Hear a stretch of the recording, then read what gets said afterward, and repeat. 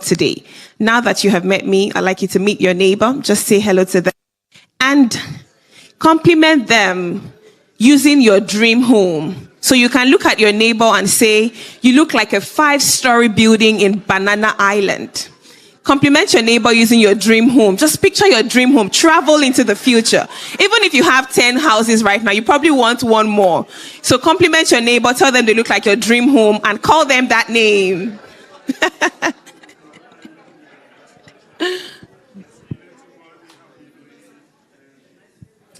All right, thank you very much for joining us again. I'd like to warmly welcome us all to a special event where we'll be exploring one of the most powerful and enduring, also sustainable pathways to financial security and prosperity. Now, our theme for today is building wealth through home ownership. And I dare say that is a very profound theme, because home ownership is not merely about possessing property. It's about harnessing a strategic asset that contributes significantly to personal wealth and economic stability. Today, we have brought experts and erudite scholars who will dissect that topic of building home ownership, building wealth, through home ownership. We'll uncover multifaceted benefits to home ownership, from building equity to securing financial futures to fostering community development, and of course, building generational wealth. I'd like to make a few recognitions as we start. I'd like to recognize the Chief Executive, Stanbic IBTC Bank. Please give a round of applause to Mr. Wole Adeniyi. Thank you very much. I'd like to recognize the Executive Director, Personal and Private Banking, Stanbic IBTC Bank, Mr. Olu Delano. A round of applause for him.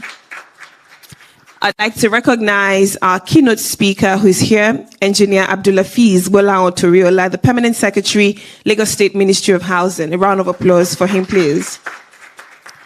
I'd like to recognize all our erudite panel discussants, and I will introduce them later when we get to that point. I'd like to recognize all of our formidable partners and customers who have joined us today, and our virtual attendees. We promise that you will enjoy everything that we're enjoying here today. Even tea break, we'll send you virtual tea, because AI has gone ahead to prepare virtual tea and snacks for you. Thank you very much again, ladies and gentlemen, for being a part of this pivotal conversation. Now, as we officially start, it's my absolute pleasure one more time to bring up to the stage our distinguished Chief Executive, who has been instrumental in driving strategic growth and operational excellence within the financial services industry. Please make welcome Adeniyi for the welcome remarks today. Thank you. Thank you. Good morning, everyone. And I would really like to start by saying thank you to everyone who has made it here this morning, despite the rain. You know, I hope we are not in a 7-day rain period.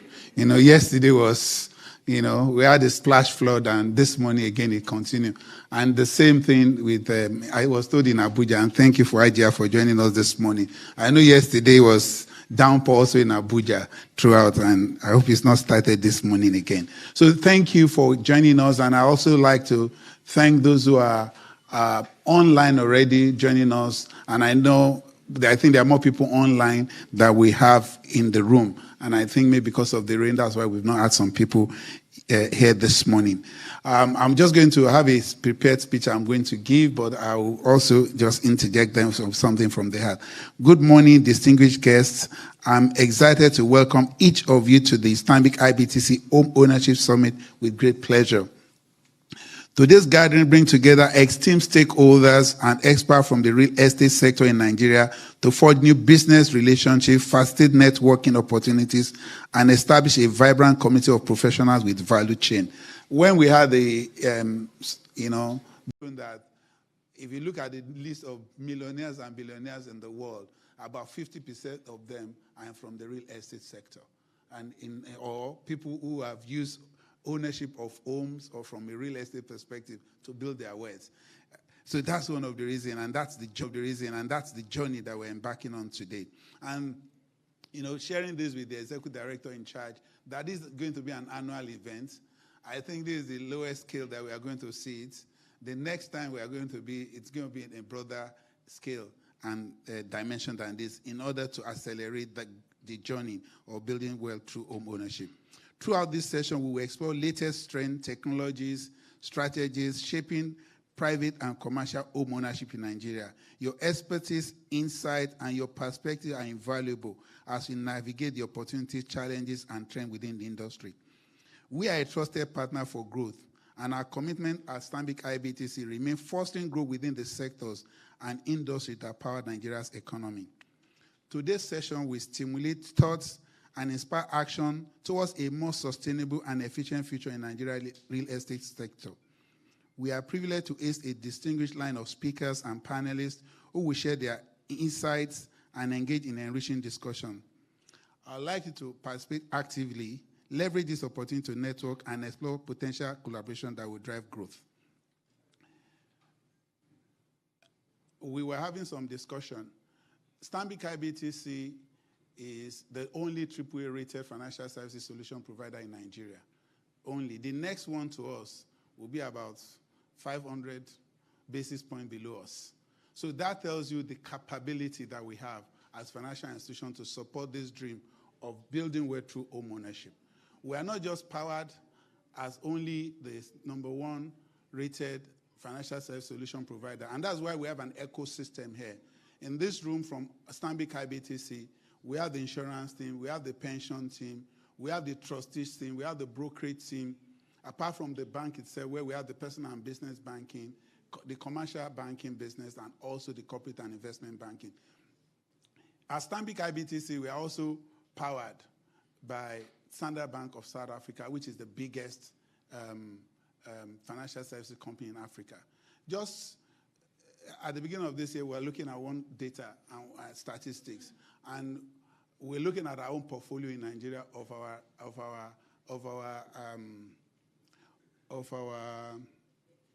real estate portfolio. Do you know Standard Bank of South Africa, their real estate portfolio, home ownership portfolio, is about 70% of the total asset of the Nigerian banking industry. The total asset of the Nigerian banking industry is 36 trillion as at maybe end of 2022. That's the number we had then, 36 trillion. That portfolio is over 25 trillion when you convert it in rand terms. So that is just Standard Bank alone. And that actually, we steal that from our personal and private banking business. We didn't go to the commercial and the corporate. So creating this platform shows that what we as Stanbic IBTC, in collaboration with you, can actually offer the Nigerian market. The reason why the merger of Stanbic IBTC and IBTC Charter then happened is actually because of that. Because from Standard Bank perspective, they have the capability. When you look at from either real estate, home ownership, and even when you look at the vehicle and asset finance, is another big portfolio because of the number of assets that they created in that. So this morning, I think we have a very good platform to network, connect, and actually take advantage of this. And we are bringing deep expertise across. And we also have this expertise, although we had some conversation about this expertise from China as well. Because owned by Standard Bank is owned 20% by Industrial and Commercial Bank of China, and that is the biggest bank in the world. So, and when you look at construction and opportunities, while we've seen a lot that's happened in the past, I think the Chinese has a lot of capability. I had dinner with the MD of CCECC on Friday, and he said, outside of China, Nigeria, the CCECC in Nigeria is their biggest operation. So there's massive opportunity, and we can connect you, whether with China, whether with Europe, whether with South Africa, the largest economy in the world, the second largest economy of the world, linked to the largest economy in Africa, we can connect you. So please connect today, and let's leverage this opportunity. Thank you so much.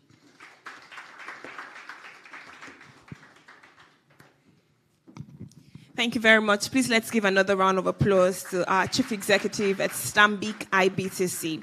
He's officially welcomed us, and we will now be setting the tone for what promises to be a truly insightful and enlightening day. And I think a very inspiring day as well, because across board, we have brought you the best of speakers, very distinguished speakers who know what they're talking about and are also very passionate about the real estate sector, not just in Nigeria, but I dare say Africa.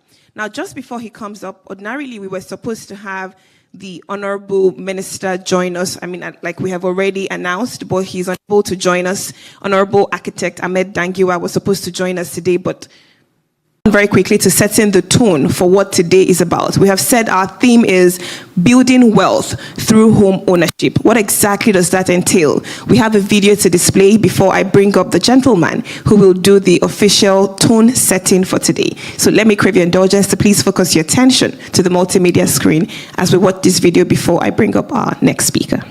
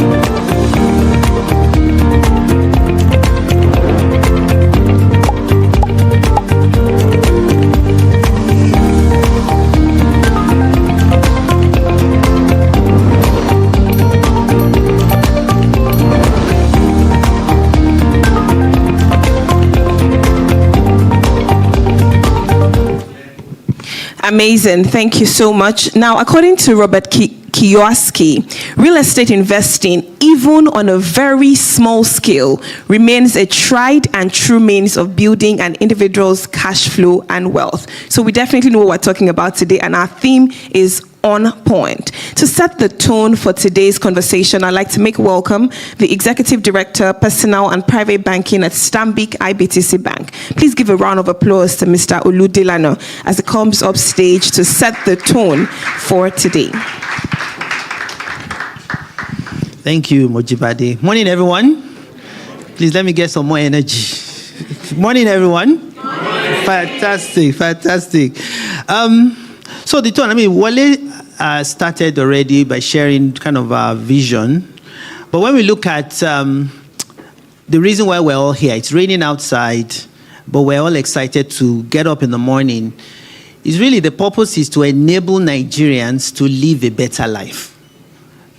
That vision is a theme within Stanbic IBTC and Standard Bank Group. How do we then enable you to live a better life?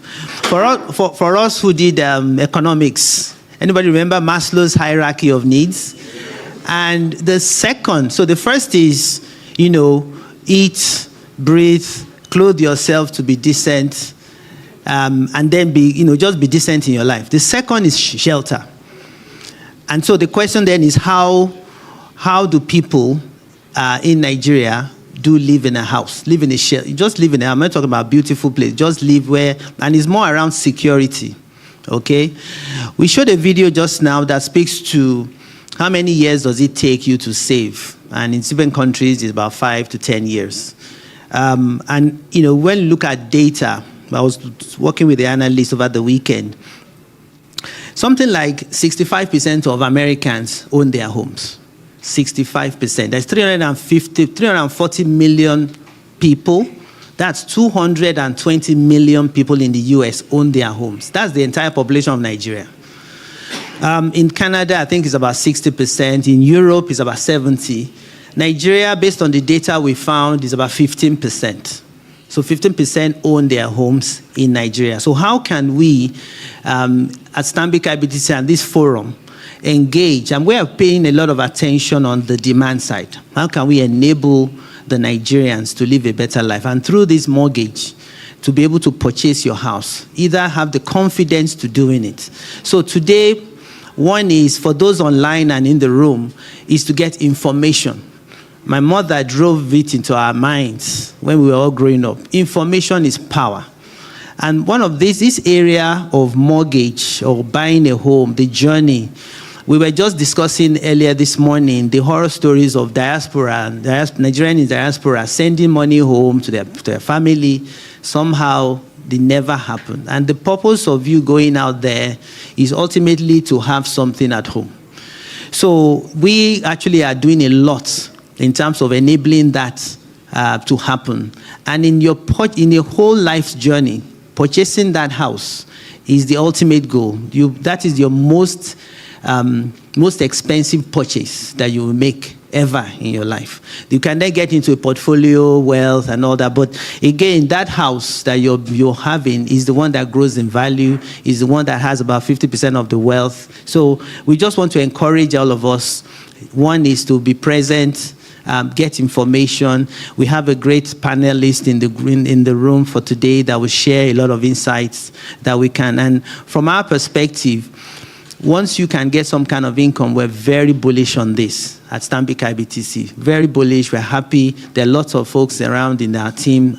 And online, pick up the phone, call our call centers to get some more information around mortgages. Okay, so I'll just stop there.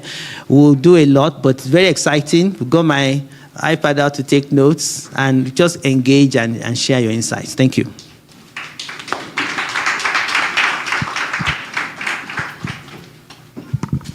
Thank you very much, Mr. Olu Delano. Now that we have set the tone, we've been officially welcomed, we'll get straight into the conversation today.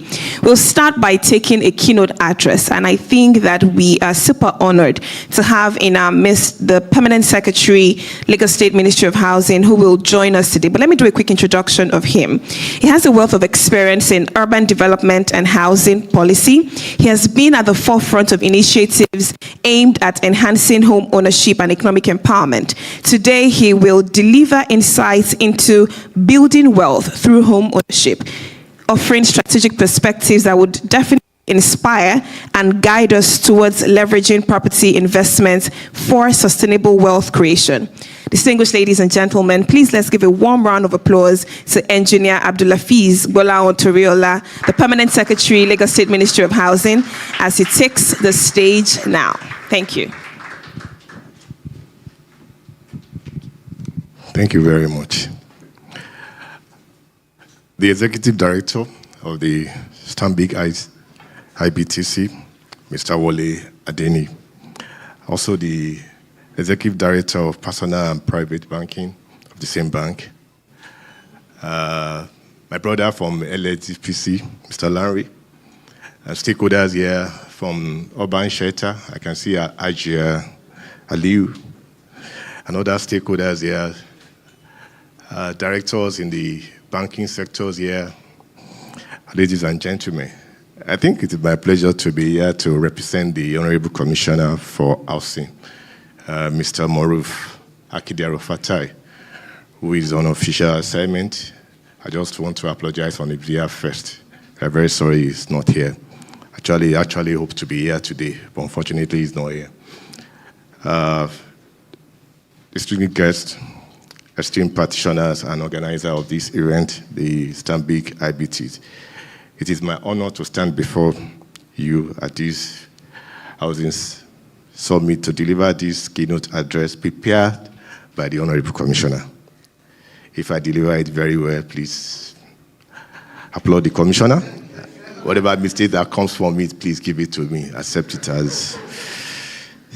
So to discuss the theme, building wealth through home ownership. In the remark given by the Executive Director and Executive Director of Personnel, and the short clips we watched, I think we have seen some statistics which is very key. Whatever we are doing, data is very key to be able to know whether you want to go into that business or not.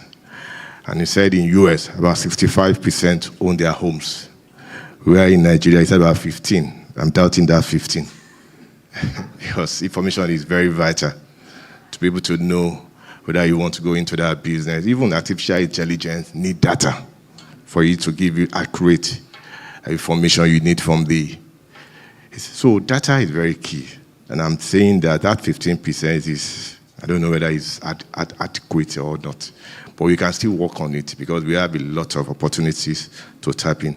That is why this theme of this summit is very key, building wealth through home ownership.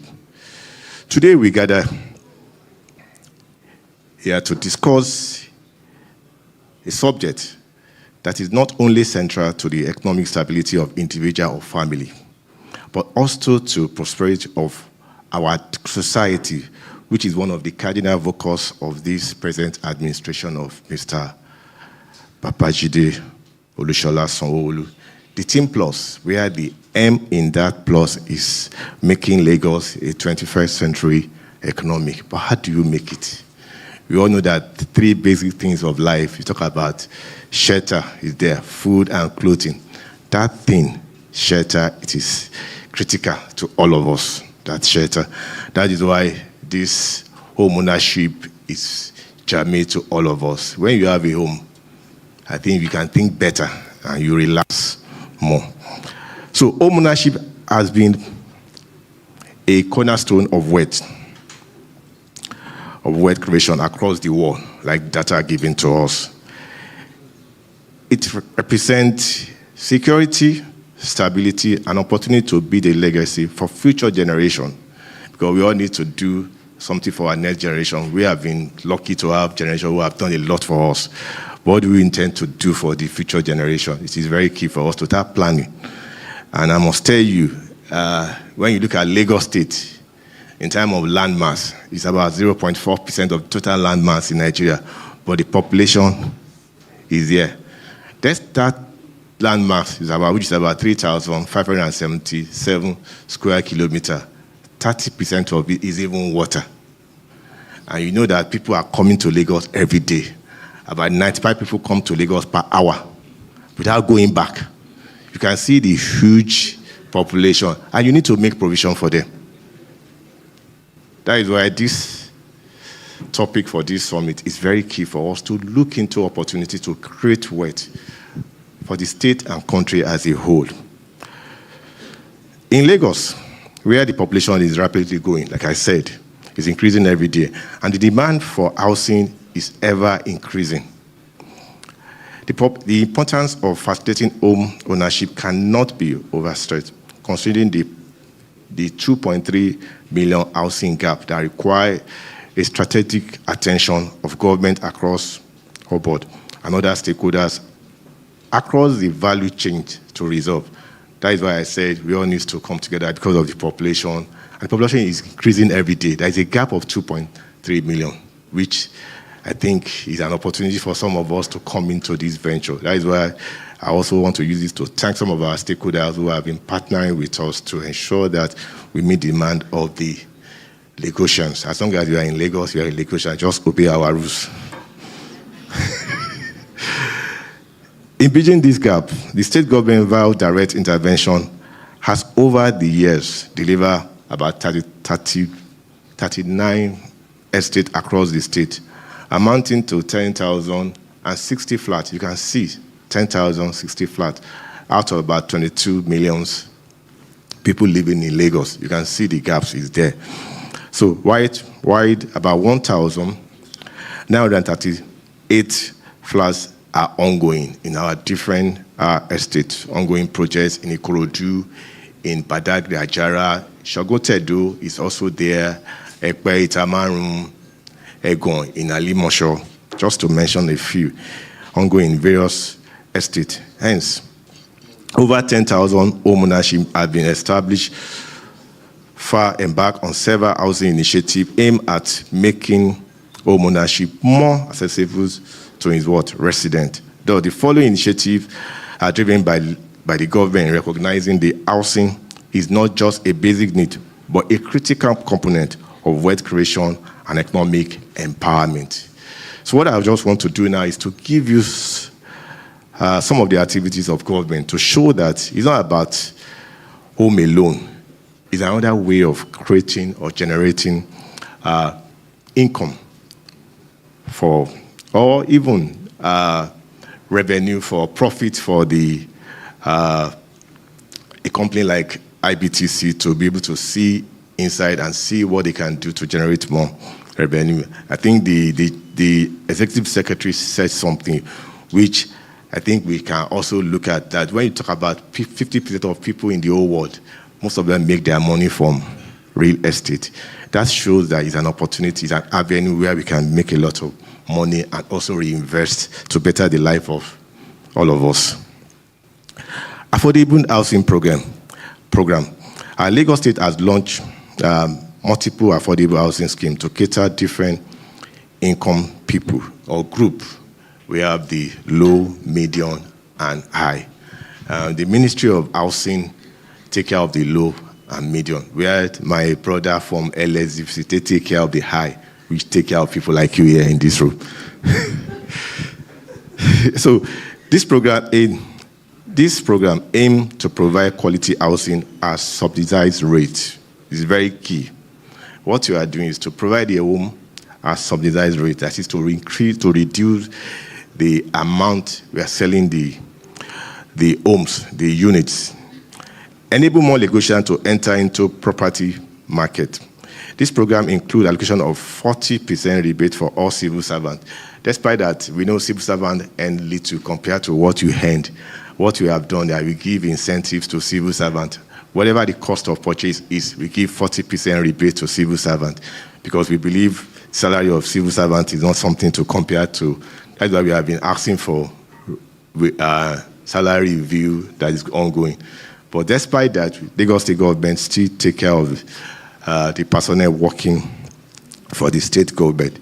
And we also do something for private people who want to get housing units in the state by doing what we call open balloting, where people who apply online, we make it available by asking them to come for the balloting system, which they can be lucky to get, because the unit we have, the stock we have cannot take care of everybody. So we have to do something like, okay, let's do balloting. If you are lucky, you get. But once you are a civil servant, we take care of you by giving a percentage to civil servant to be able to have home. And the reason for the open ballot is to drive accessibility and transparency, for people to know that government is not giving to politicians alone.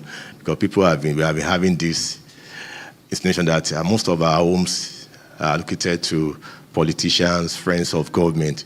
That's why government also introduced open balloting system for people to be able to access this home.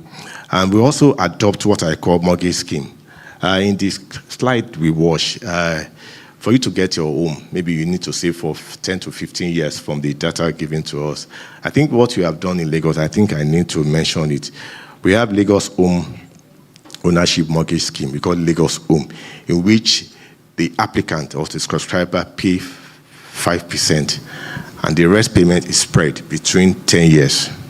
So you pay monthly. You pay 5%, we spread the balance within 10 years to relieve the subscriber to be able to access the homes. So this is the area which I want to mention that is key to all of us here: public-private partnership. The resources of the government is limited. Government cannot afford to build homes for all of us. What have we been doing? I mentioned the stakeholders here, one of our stakeholders here. I mentioned Urban Center here.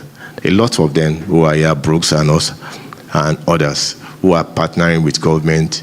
What we do is that we go into partnership by government giving you lands to build. And what we do is that with the land will be our own equity, where you will come with your funds, I will give you a design, and we enter into a joint venture. At the end of the day, we share the proceed, the stock that comes from it, so that you can be able to meet the demand of residents or Lagosians.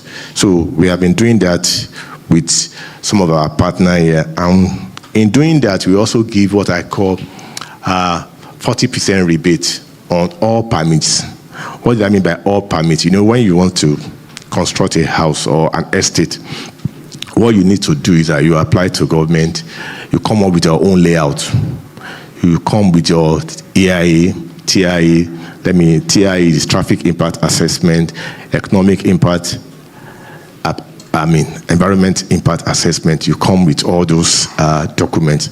Since instead of you paying 100%, the government will give you 40% off just to encourage you to come into the build sector and access the government platform, and so that we can partner with you to be able to provide more housing for Lagosian. I think this collaboration has resulted in construction of numerous housing estates across Lagos, ensuring a steady supply of homes, which is, we can key into it. Just note it, public-private partnership, so that you can key to it and meet government. You can even you can think of how to regenerate some of our estates, like some area. I was coming this morning, I told my lega that Dolphin Estate, before the high income side of the Dolphin Estate, what we did then was to regenerate the estate. We have Old Jakonde scheme, Old Jakonde houses that it was not in good condition. We had to regenerate doing urban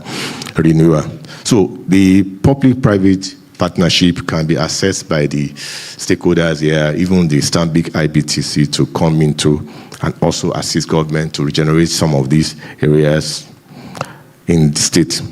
Urban renewal project, like I said, this was designed to remodel the old housing scheme, like I mentioned during Jakonde Regime. Jakonde did very well, but some of the houses has defect.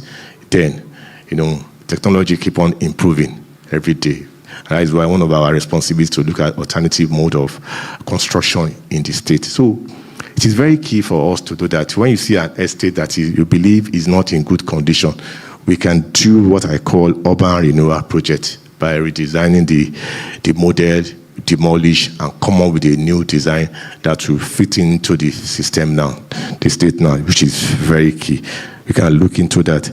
I also want to mention this, that in order to protect the developers and the subscriber, we have an agency in Lagos State. It is called LASERA, Lagos State Real Estate Agency, in which before you go into real estate, you must register with government in order to protect both the developer and the subscriber, and which I think has been hidden possibly on the side of the government, that when people complain about paying a lot of money to developer, at the end of the day, they don't get anything. We also try to protect them. While we are protecting you, the developer, we also need to protect the subscriber, the buyers too, which is very key for all of us to know.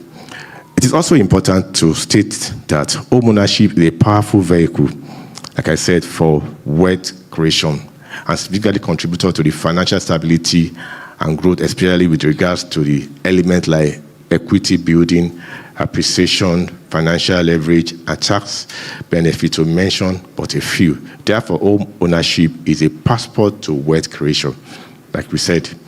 Right, the benefits of home ownership are clear. We must also acknowledge challenges. There are challenges that potential homeowners face: high property cost. We all know that the cost of material now is something that everybody is complaining about. Even our own contractors, they are complaining. They are even telling us to go and we should buy the materials for them.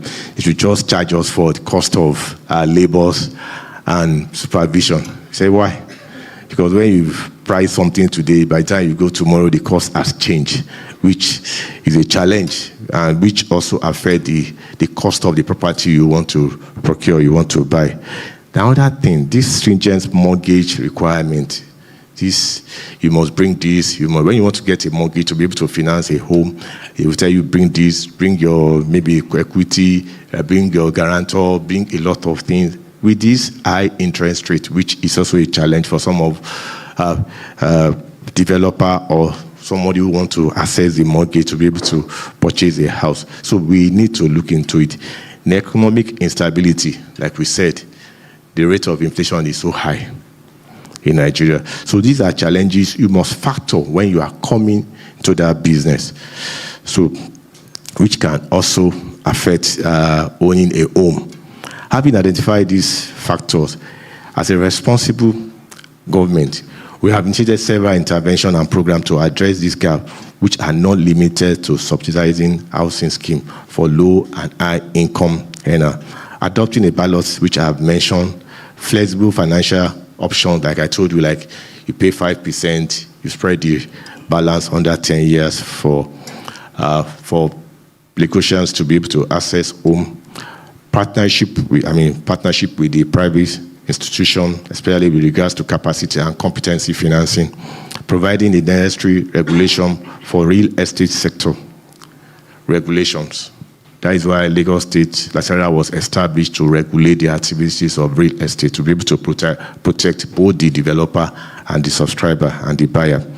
Continuous awareness and enlightenment concerning government programs for home ownership and access to the mortgage. And this is something we do occasionally, where we have real estate forum. We do it twice a year, or at one in Lekki, Ekole Meridian, where we engage the real estate companies on what they need to do to be able to comply with our rules and regulations. This is very key for us to know this, so that we be on the side of the law, so that not the government will start coming to mark your estate, stop work, and so other things. But we believe there is an avenue to tell you the government regulation. That is why enlightenment is a continuous thing, and which we believe people coming to the home ownership or real estate can be able to know what exactly they need to do to be on the side of the law. So we do that through the LASERA, one of our agencies, to educate the people coming to the real estate. Let me conclude by stating that building where true home ownership is not just a personal goal, like I said, but a vital component for collective economic growth.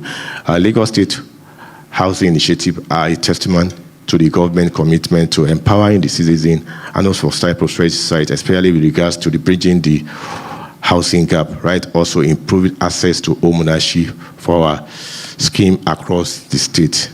As we continue to develop and implement this program, let's remain focused on making home ownership accessible to all Lagosians. By doing so, we will not only enhance individual financial stability, but also build a stronger and more resilient Lagos. On this note, I want to thank, on behalf of the Honorable Commissioner, especially thank the organizer of this summit, that is Stanbic IBTC Bank, for organizing this summit and for their commitment in making home ownership a part of their corporate priorities. Because when I met with one of the directors, when they told me, I said, maybe you knew we are having something to do with Access Bank.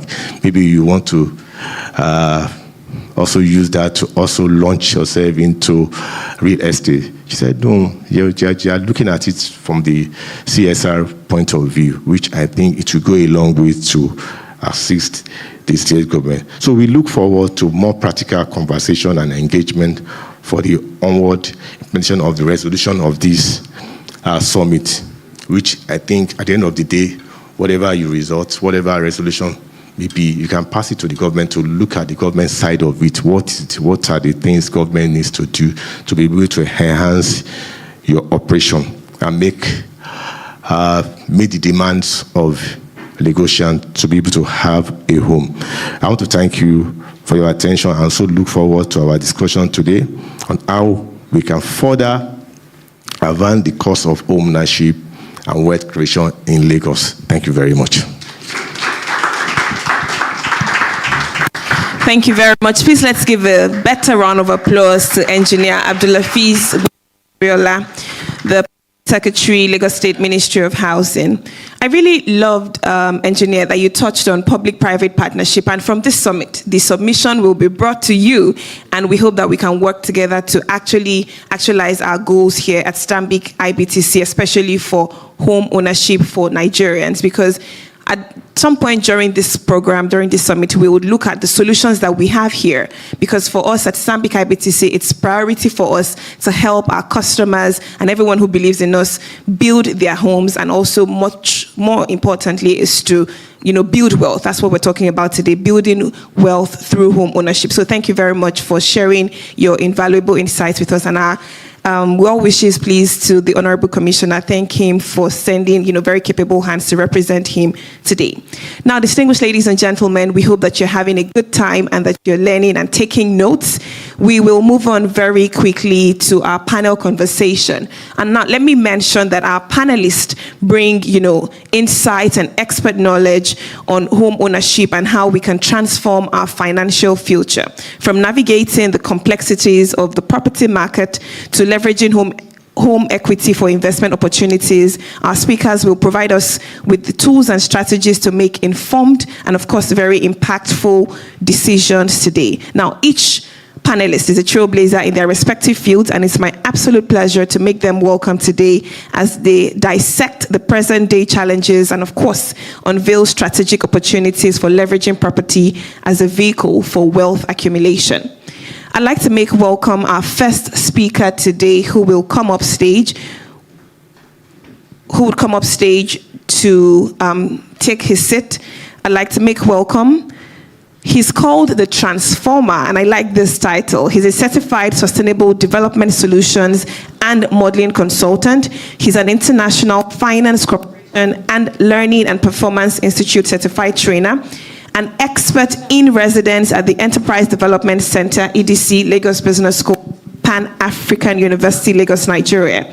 At various times, he served on the council of the Nigerian Britain Association as the Honorary Deputy Financial Secretary, Honorary Financial Secretary, Honorary Treasurer, and Honorary Secretary. So I can say that he's indeed an honorary panelist today.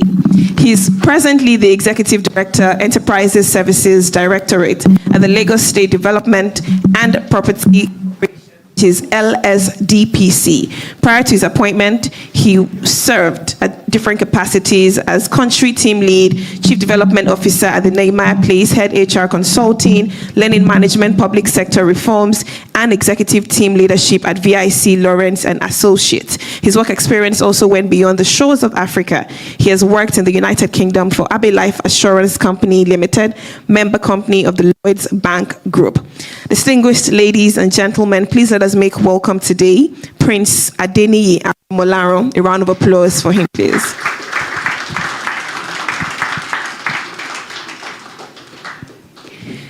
We'll also be joined by the Director and Chief Executive Officer of Urban Shelter Limited, which is a leading real estate development company with projects across 4 states in Nigeria, namely Abuja, Lagos, Kaduna, and Niger.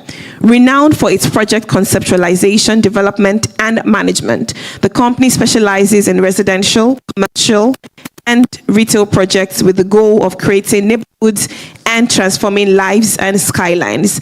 She is an executive management professional who is result-focused, driven, and dynamic, over 20-year career, including 13 in progressive leadership experience. She has a passion for surpassing operational, financial, and strategic objectives, bring world-class real estate development and solutions. Please let's make welcome the Managing Director and CEO of Urban Shelter, Hadia Aliyu. A round for Hadia Aliyu. Thank you. I'd also like to make welcome a distinguished gentleman who has almost 3 decades of experience covering governance, executive management, finance, technology, operations, and strategy roles at established and early stage companies and startups. Our speaker holds a BSc Architecture from Obafemi Awolowo University and an MBA from the Harvard Business School. He's currently a co-founder and group CEO of Wonder Technologies Mauritius, an early-stage fintech holding company building various technology assets focused on financial expansion and inclusion in Africa.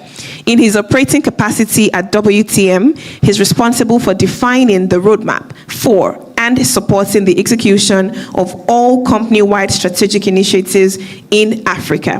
He also founded Cedar Capital, a proprietary operating investment firm focused on real estate and early-stage technology businesses in sub-Saharan Africa. Please let's make welcome Mr. Fola Ogunshakin. A round of applause for him, please. Thank you.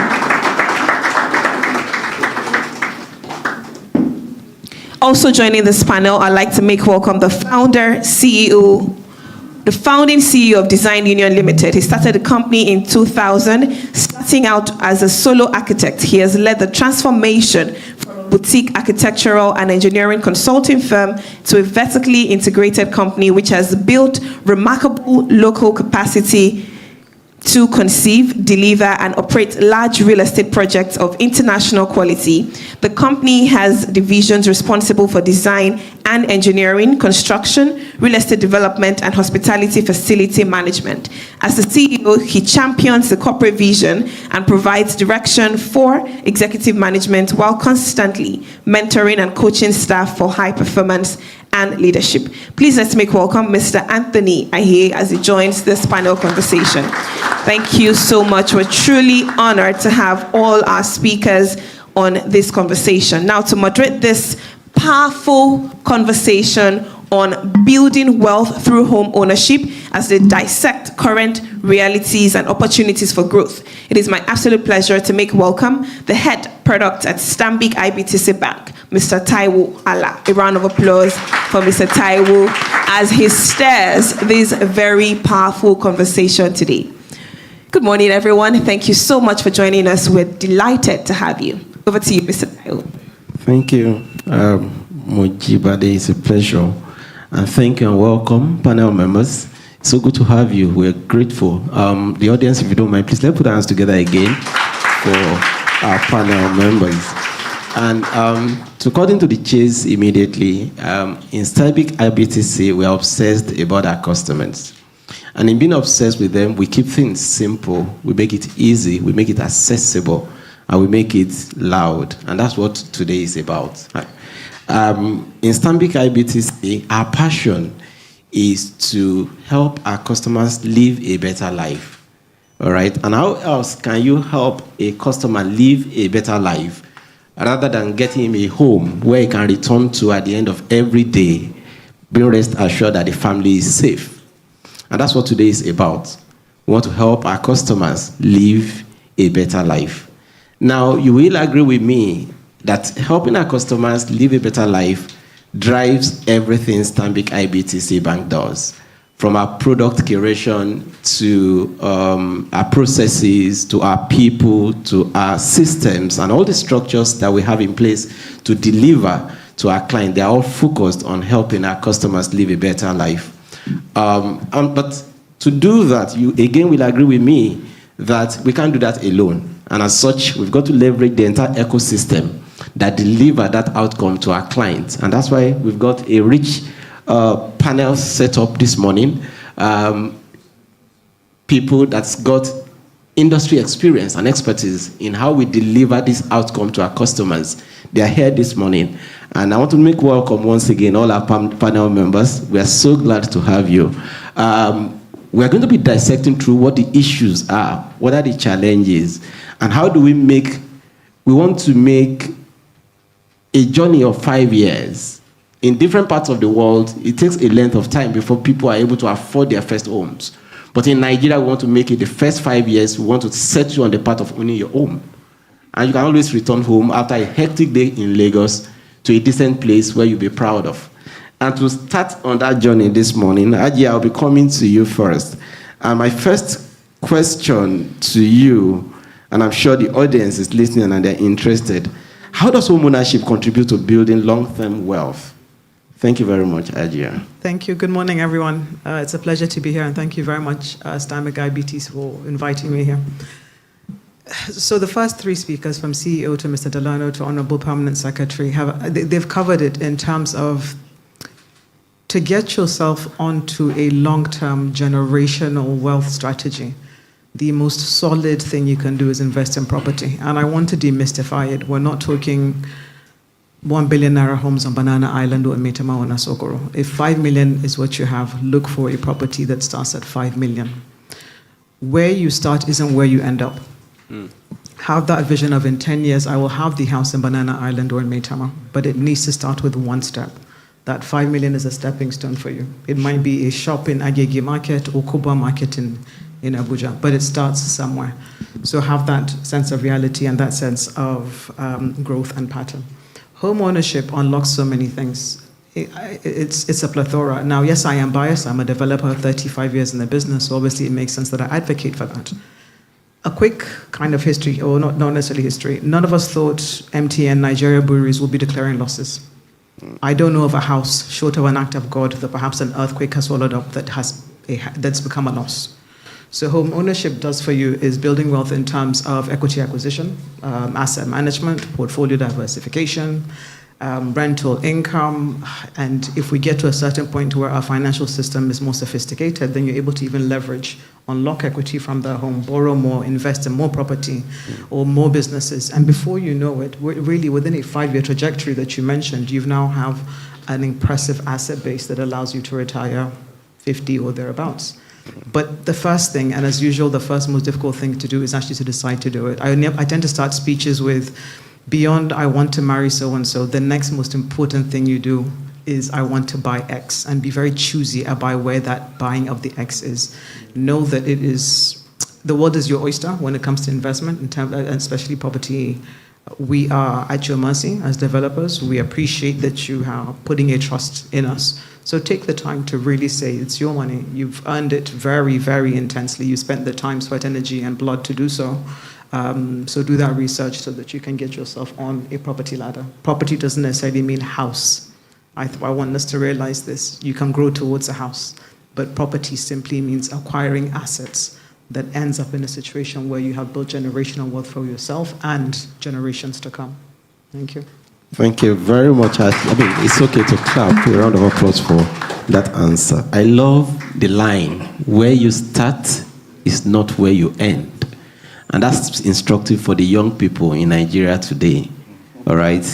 Where you are today is not the end in it. There's so much more that you can achieve. I think that's very key. Thank you very much, Ajia, once again. Tony, I'll come to you.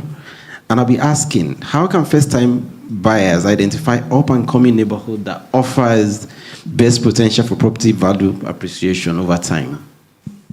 Thank you very much. Identifying neighborhoods that offer potential for home ownership, right? That's right. First of all, we operate mostly in Lagos, so maybe I'll use Lagos as a case study. We have very serious structural issues around even paying for a home to start with, right? So in terms of identifying neighborhoods, the first issue is the economic consideration. I mean, what can you afford? And what kind of houses are in particular neighborhoods? We have, as everybody's aware, it's very difficult to be a young person in Lagos. Very, very difficult. We employ young people, and one of the headaches we really have is their housing. Where do they live? Because of the transportation connections, it's very difficult for them to live far away. We have offices on the island.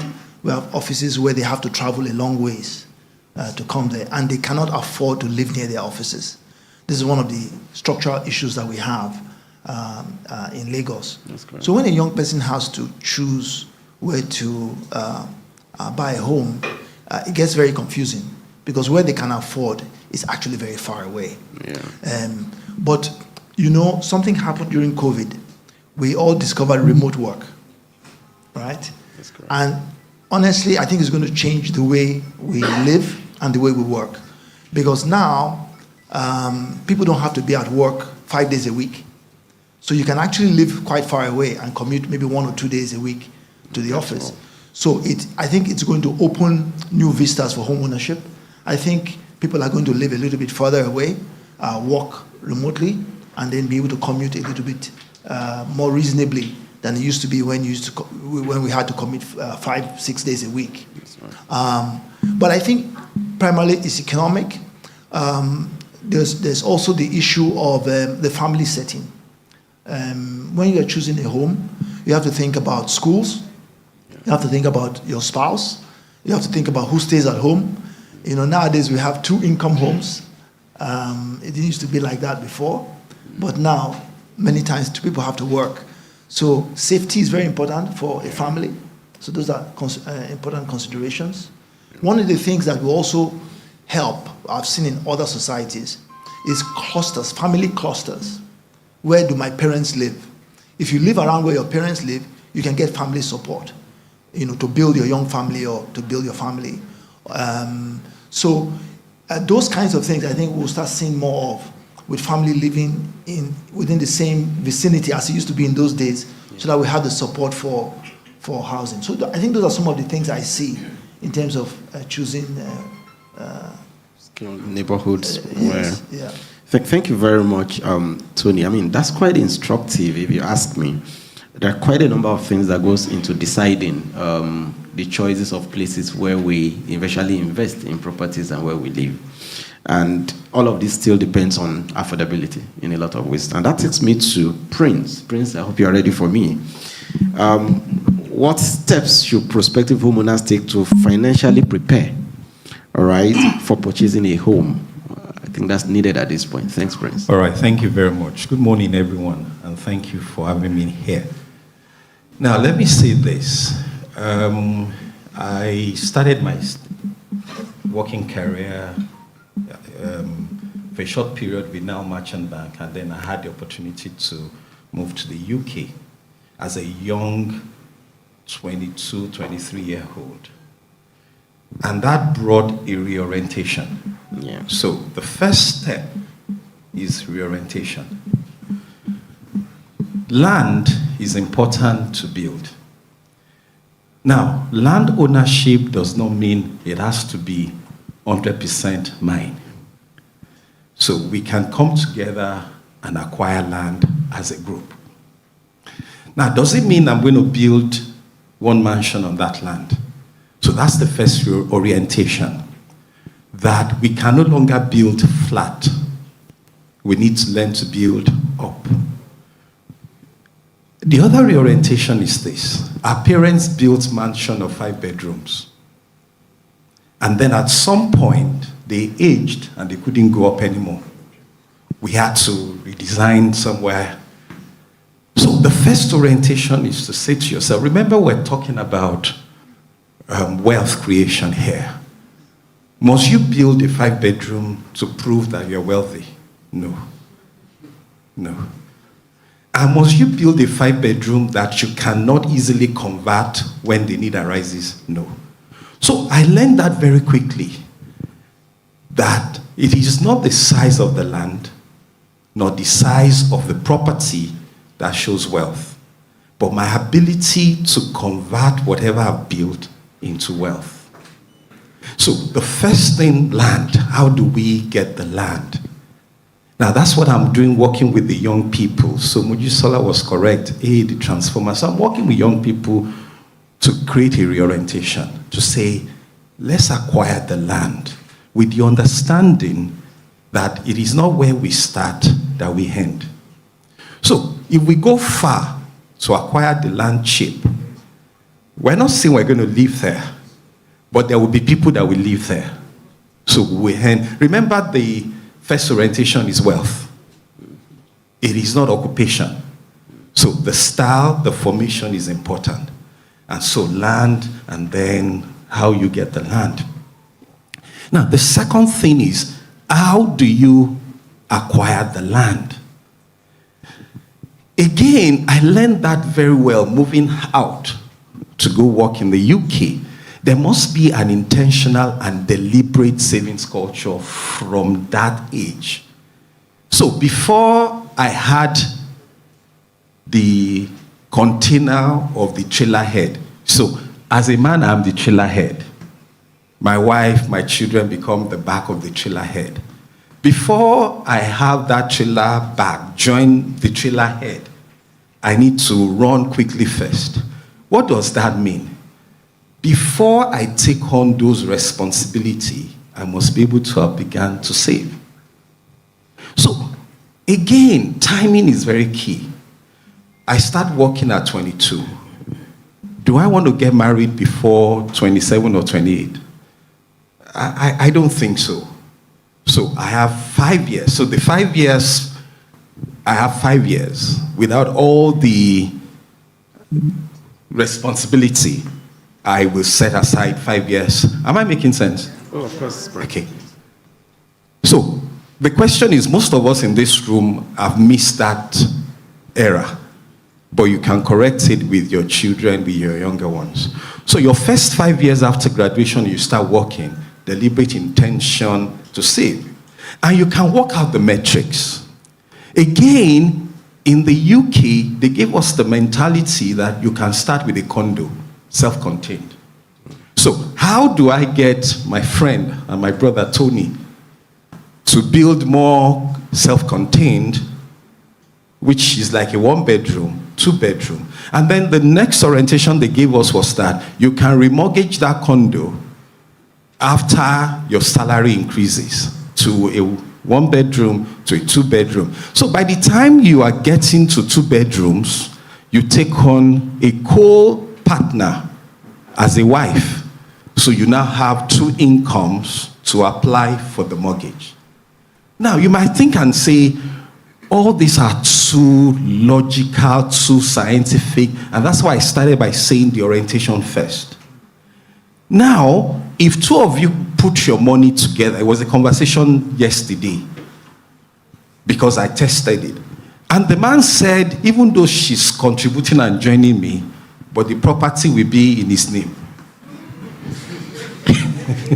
You see, that orientation needs to change. So, it went into the debate of your savings, should it be joint account? And it's amazing how we are emotional about the woman who sleeps on the same bed with you, who cooks your food, who can actually, if she hates you, poison you instrumentally. You know, it's just instrumentally. She'll just be, today is your kidney, tomorrow. So maybe it's possible that the conversation also around the fact that the men are dying before the women, is it possible that you've been instrumentally being poisoned? Now that's a joke. But do you understand?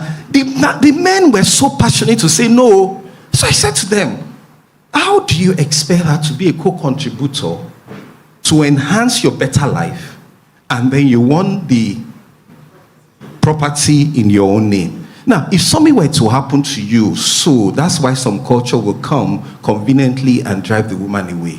Do you see why I started with a reorientation? So we need to come back to that and then understand that we have structures in the system that can make the acquisition of so many things easy if we reorientate how we conduct ourselves. So, the land, you identified the place, have at the back of your mind that where you're starting is not where you're ending. You are building wealth. And so what you're going to put in that land is not for you to live. Even if you are built up and you have a 2-bedroom and you're single, you can still live there and commute to work like Tony said. And then you can rent out the rest. You don't have to build a 5-bedroom. Because as the children also leave their home, you suddenly realize when you speak in one room, you hear the echo across the house. So you don't have to. That was then. You can have a land and you build 4 floors. 4 floors, you don't need a lift, right? In Lagos State. Now, someone said to me that, how will I live on the ground floor and I have tenants living above me? I'm the owner of the house. You know, this is, I'm serious about conversation among people of our time. Is that what we determine that you are the owner of the house? It's the document that we come from Lagos State. And so, you get the land, you identify the place. Now, for you to buy the land, you can come together in groups of people with an understanding that you're not building for yourself, we're building for ourselves. So you can have 4 floors, where 4 each person. Now, if you're having a debate about who stays in the so-called penthouse, ballot it. Ballot it, and whichever one you get, because you will have built the flats in the same standard, in the same way. The most important thing is you have dealt with the issue of shelter. Now, if we can work that way, we will move the gaps in the housing sector faster. We'll cover it faster. And then the savings culture, definitely. The final thing I'd like to say pertains to employers of labor in terms of steps you could take. Now, this I have proposed as a staff retention strategy. Now, to hold a staff for 5 years right now, very tough. But if a company were to acquire land and partner with people like Tony and say, what we want to build for this level of staff is this way, this way, this way. Again, going higher. The land belongs to the organization, but we give the apartment to each individual. So, if you have worked with us for 5 years, we tell you from get-go, there's an amount that's set out every year of the year you work. So that by your 5th year, when you're celebrating long service award, and they give you a television, Thank you, Prince. they will give you a certain amount towards that house ownership. Thank you very much. Thank you. Thank you very much, Prince. Remember, it's first about wealth creation. I think we must always have that at the back of our minds at all times. All right. And thanks to the PS for the speech earlier and for what Lagos State is doing to make the environment better and livable. And Fola, I'll be asking you, how does owning a home contribute to overall quality of life and the personal financial stability of an average person in this environment today? Thank you, Fola. Okay. Well, good morning again, everyone. I think one of the benefits of going last is that, I can draw a thread through the conversation because all the points that have been made actually contribute to what I'm about to respond to. But when you look at quality of life and personal financial stability, they're actually two sides of the same coin. It's all about peace of mind. It's just that one is more qualitative while the other is quantitative. The qualitative aspect is the quality of life. But it's still, if you have peace of mind, you can relax. If you have peace of mind, if you have financial stability, you're not going to go bankrupt because of a little inflation or an interest rate increase. But there's something that underpins home ownership in contributing to quality of life and personal financial stability, and its affordability, like was mentioned earlier. And one thing about considering affordability is that you have to remove ego from that conversation. You have to know that where you start is not where you end up. You have to be pragmatic, you have to be practical, you have to focus on wealth creation. Now, when you look at affordability, that means there are metrics around affordability. The bank does a fantastic job of being very scientific about it. I think there are about 15 to 18 variables that you guys use to determine if someone coming to you for a loan can afford what they're trying to buy. We've built technology around that also helps to assist in the weeding out process when we work with banks. But at the end of the day, a simple formula for anyone who is looking to buy a home is that anything between 30 to 50%, and 50% is actually pushing it, is within the range of what you should be considering when you're talking about home ownership as a percentage of your total income. Now, that being said, the closer you get to that 50%, you're entering the red zone, because that is when interest rates, that is when cost of living increases, inflation, forex implications, all the things that have basically beleaguered the country in the last, from inception, but let's say mostly in the last 12 to 18 months. These are the things that basically underscore the issue of affordability. Now, once we've cracked the affordability issue, you now have to start thinking about, okay, so if I'm investing in property to improve my quality of life, what are the considerations? You have to talk about your commute, as has been mentioned, if you have a job that requires a 5-day commute. If you can work remotely, you have to focus on what? Amenities, comfort, You need to know that you have power if you're working from home, because your boss isn't going to hear my generator is packed up or we don't have fuel. It's not an excuse. So there is a reorientation, as was mentioned as well, when you're looking at buying that home to support your quality of life. Because remember, peace of mind is at the center of everything. If you're a family man or a family woman, or you're planning to create a family, you have to make other considerations around the other amenities. Is there a play area? Is there a sense of community so that your children can develop personal skills? All of that is qualitative, but all of it should be considered. Home buying is emotional, but we also have to make sure that we're applying the right kind of emotion. So again, ego out the window. You have to focus on the benefit of everyone else who is relying on you to make the right decisions when it comes to that home ownership. Now, moving to the quantitative side, you now have to talk about doing your little, again, if you need the assistance, if you're going to get a mortgage, even talk to your bank and tell them what it is you're trying to achieve when it comes to your financial planning. You want to make sure that this home that I'm buying is, in fact, going to create wealth, or worst case, preserve wealth. Because again, in a high inflationary environment, preservation is actually almost as good as creation, or in the absence of creation, making sure you're not poorer than when you started at the beginning of your home buying journey.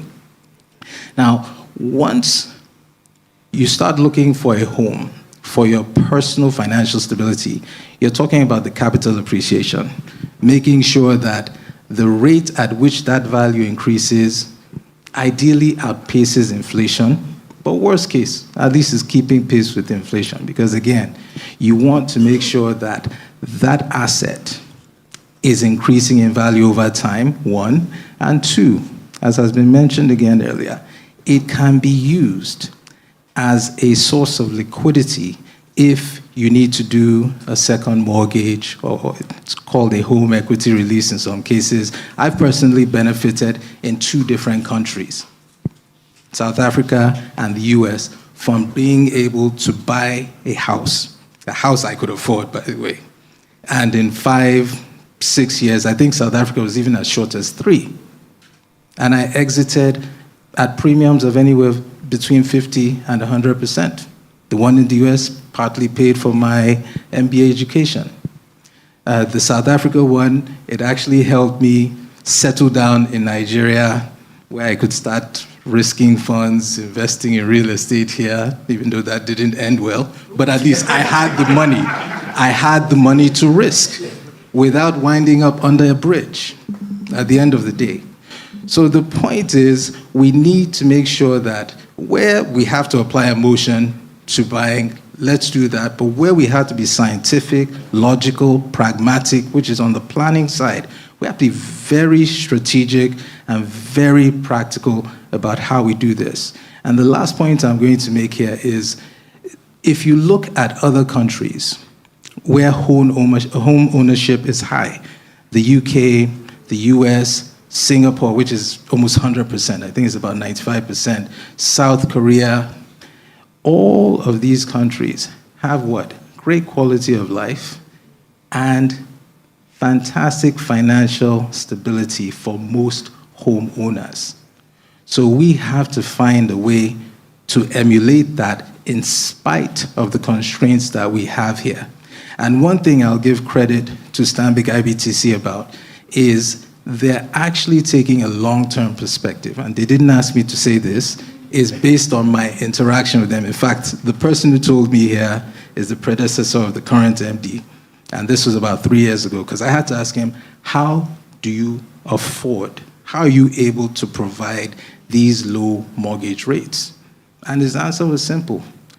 We view Nigeria on a long-term basis, and we want to help solve the housing problem in this country. So make sure when you're embarking on that journey, talk to people who actually have your interests at heart in making sure that you make the right decisions in this investment. Thank you very much.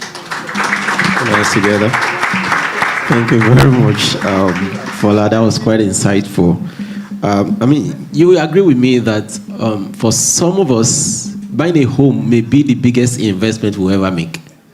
So these are not decisions that should be knee-jerk. It should be decisions that are properly well thought through. And he said, as part of his submissions, that the return should outpace inflation. All right, and these are data and statistics that we must be mindful of. It speaks to location. It speaks to what does the future looks like financially, all right, economically rather, and how do you ensure that it's in locations where down the line you are not worse off than when you made the investment. I think these things are really very, very important. And it brings me back to Adia. Adia, I want to ask you, what steps should prospective homeowners, what current real estate market trends should potential homeowners be aware of before making a purchase? Thank you so much. I'm really enjoying listening to everybody. I've been smiling all day, all morning. So you want to research, and then research some more. And I probably would break it into 3 categories. You want to research what the private sector is doing because government policies affect our decision-making process. You want to also research what the government is doing. And there's the third hand, which is Nigeria. What is Nigeria doing on itself independently? Because again, that really drives how we take decisions, how we make investments. For the private sector one, and this is not in any way, research developers, it's not scientific, but I've come to the decision that the bigger and the more billboards you see of a developer, the less they actually have. So be very careful.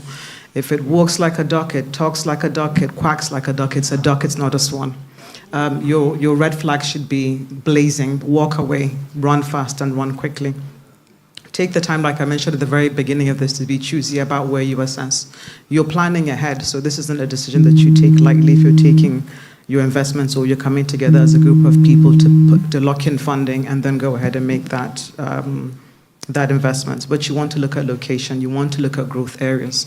It doesn't have to be fully developed, again, starting with the end in mind and what that location would look like in 5 years. So you're looking at where trends would go. If you notice, it might be very basic. In Abuja, if you notice ShopRites are opening in a particular location, go and find land in that location. There are 2-3 very interesting schools, again, in Abuja. If you notice they're opening branches, go towards that catchment area and try and allocate, source for land or source for property there, or come as a group of individuals, friends, family, beg, borrow, do not steal, see Stanbic instead, and see how you can put money, go to Stanbic, see how you can put money towards that. So location, growth, quality, affordability, Fola has discussed extensively. Infrastructure, soft and hard. When you see government opening up highways, roads, interconnection, feeder roads, go through that. There's something I used to do when I had a lot of time, Sundays, because it's less busy. Both Abuja and Lagos, I would just drive around. I like driving. I would get in the car after breakfast, drive around until lunch to just see what's happening. If you make inroads with the LSPDCs of the world, the Ministry of Housing, Alausa, try and find out what their infrastructure roadmap looks like. Get embedded and ask questions. Find a bit more research through groups like Northcote. Stanbic does a very good, I think it's a quarterly or monthly assessment as well. So spend that time really to see what it would look like. We keep bringing this back to husband, wife, spouses, but in the same way, you just don't walk into a room, unless you're Muslims in an arranged marriage, by the way, we do. Walk into a room and say, I'm marrying so-and-so. Take that time really to research. So that's private sector. On governments, you want to see what's happening in terms of policy thrust. So we know there's Federal Mortgage Bank Nigeria, we know there's Nigeria Mortgage Refinance Company, even though we don't have the deepness in terms of mortgages to actually allow a secondary thriving market. But with FMBN, it's giving you subsidized rates of interest. A lot of us, if we've worked for the government, and I think even private sector, there's a national housing fund we contribute to. None of us know where that money is going to. But in theory, it allows you to say, I'd like to have a house. It is my fundamental human right as a Nigerian. It's embedded in the 1976 Land Use Act, and therefore, how can I do so? There's also PENCOM. PENCOM has, over the last 2-3 years, allowed for you to access your RSA accounts. It allows you to get into about 25%, I think, of your retirement savings to go towards Thank you. What Mr. Prince said, to go towards your initial deposit. So some of us might not be aware of this, and information is king. That was also discussed in the morning. So the more you know, the more you informed you are of what either your rights are or what's actually accessible for you to use. There's an interesting one as well, Family Homes Fund. They are more of an interventionist social housing scheme, but I think we're in a state with Nigeria now where actually probably 90% of us can probably be attributed to be interventionist social housing, and therefore what are the terms and conditions for us to be able to access that. The last thing is the Nigerian macroeconomy, where as much as we are speaking about the importance of wealth creation through home building, we cannot get past. When we woke up the first quarter and up to, the first quarter, yes, of this year, and MPC committee sat down and deliberately month to month just kept increasing. I think when I stopped monitoring, we're either at 26 or 27%. You bankers would know more than I do. It does make it more costly. It does mean we have to either make sacrifices about dropping our ego, what our expectations should be, how we begin on that first rung of the ladder. It is called a property ladder, which means you start up low and then you build up eventually high over time. So that's on interest rates. Inflation has hugely pushed the volatility of the cost of material, which naturally impacts also the cost of property, whether you're buying retail, commercial, or housing. Forex, we don't have a huge manufacturing push for a number of components that go into property, whether it's tiles, steel, iron, and so forth. So we bring in a number of components outside of the country. That means if we were importing last year, for instance, 900 to the 900 naira to the dollar, it's now at 1516. Again, I'm being particularly obtuse and I ignore it sometimes until it really comes as a red flashing light. But these are things we have to be aware of when we're taking that decision. The good thing is property appreciates. There is nothing that appreciates like property. You will never not make the right decision in choosing today to move forward to do that property investment. So those would be, I think, really quick highlight in terms of trends. Thank you. Thank you very much, Aja. Please let's put our hands together. I mean, that's you can never be wrong making that decision, investing in that property today. That's the summary of what she just said. Prince, taking off from where you stopped the last time, this is Lagos. And you know what that means when I say this is Lagos. I want to ask you, how best can JV partnerships be leveraged to the benefit of subscribers? All right, thank you. Maybe 2-3 things. The first one, trust. Now, that's one of the major private partnership vehicles that LSTPC uses. You have heard her. Tony is one of our JV partners. She's one of our JV partners. Trust and openness. Now, again, with the end in mind, you're thinking of wealth creation. Now, wealth creation devoid of legal and regulatory tussle that erodes the wealth that you're trying to create means that you must be open and think win-win for everybody. I said something earlier on that there's so many things that is available. She just released, just like that now, information that people may not know. Yeah. You put all the information on the table. We want to be able to benefit each person. Now, why am I starting this way? My PS, you have heard him say, land is not available as before. But then he spoke about urban renewal regeneration. There's also family renewal and regeneration of family old mansions that is spread on massive land. The house is sitting there, 5 bedrooms, 6 bedrooms, 10 living rooms. And the children are fighting over what cannot be taken apart like Lego pieces. That is a JV waiting to happen. So you come to us in LSTPC. We're counseling family with land and say, we will not rebuild your mansion. We'll bring it down and we'll go up for you. And then we will have an understanding. The legal and regulatory part is just to make sure that there is a document enabling that conversation. So we're building 10 two-bedroom apartments. 10 goes to you as the family. 4 comes to us, 6 comes to us. We put a facility management structure in place. And everybody is happy. That you guys fighting over one mansion that you cannot even rent out because nobody wants it. Break it up, and you make sure that if you are 10, we find a way in appropriation with the land to say, how do we build 20 apartments? And each of you can have one. Your decision to leave, your decision to rent out, your decision to turn it to a shortlet is wealth creation. So you look at the dynamics to ensure those happens. So honesty, truth.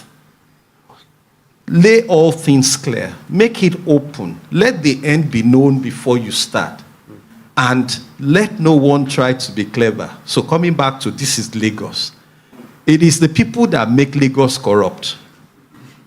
If Lagos people are to be open, we will all have, coming back to him, peace of mind.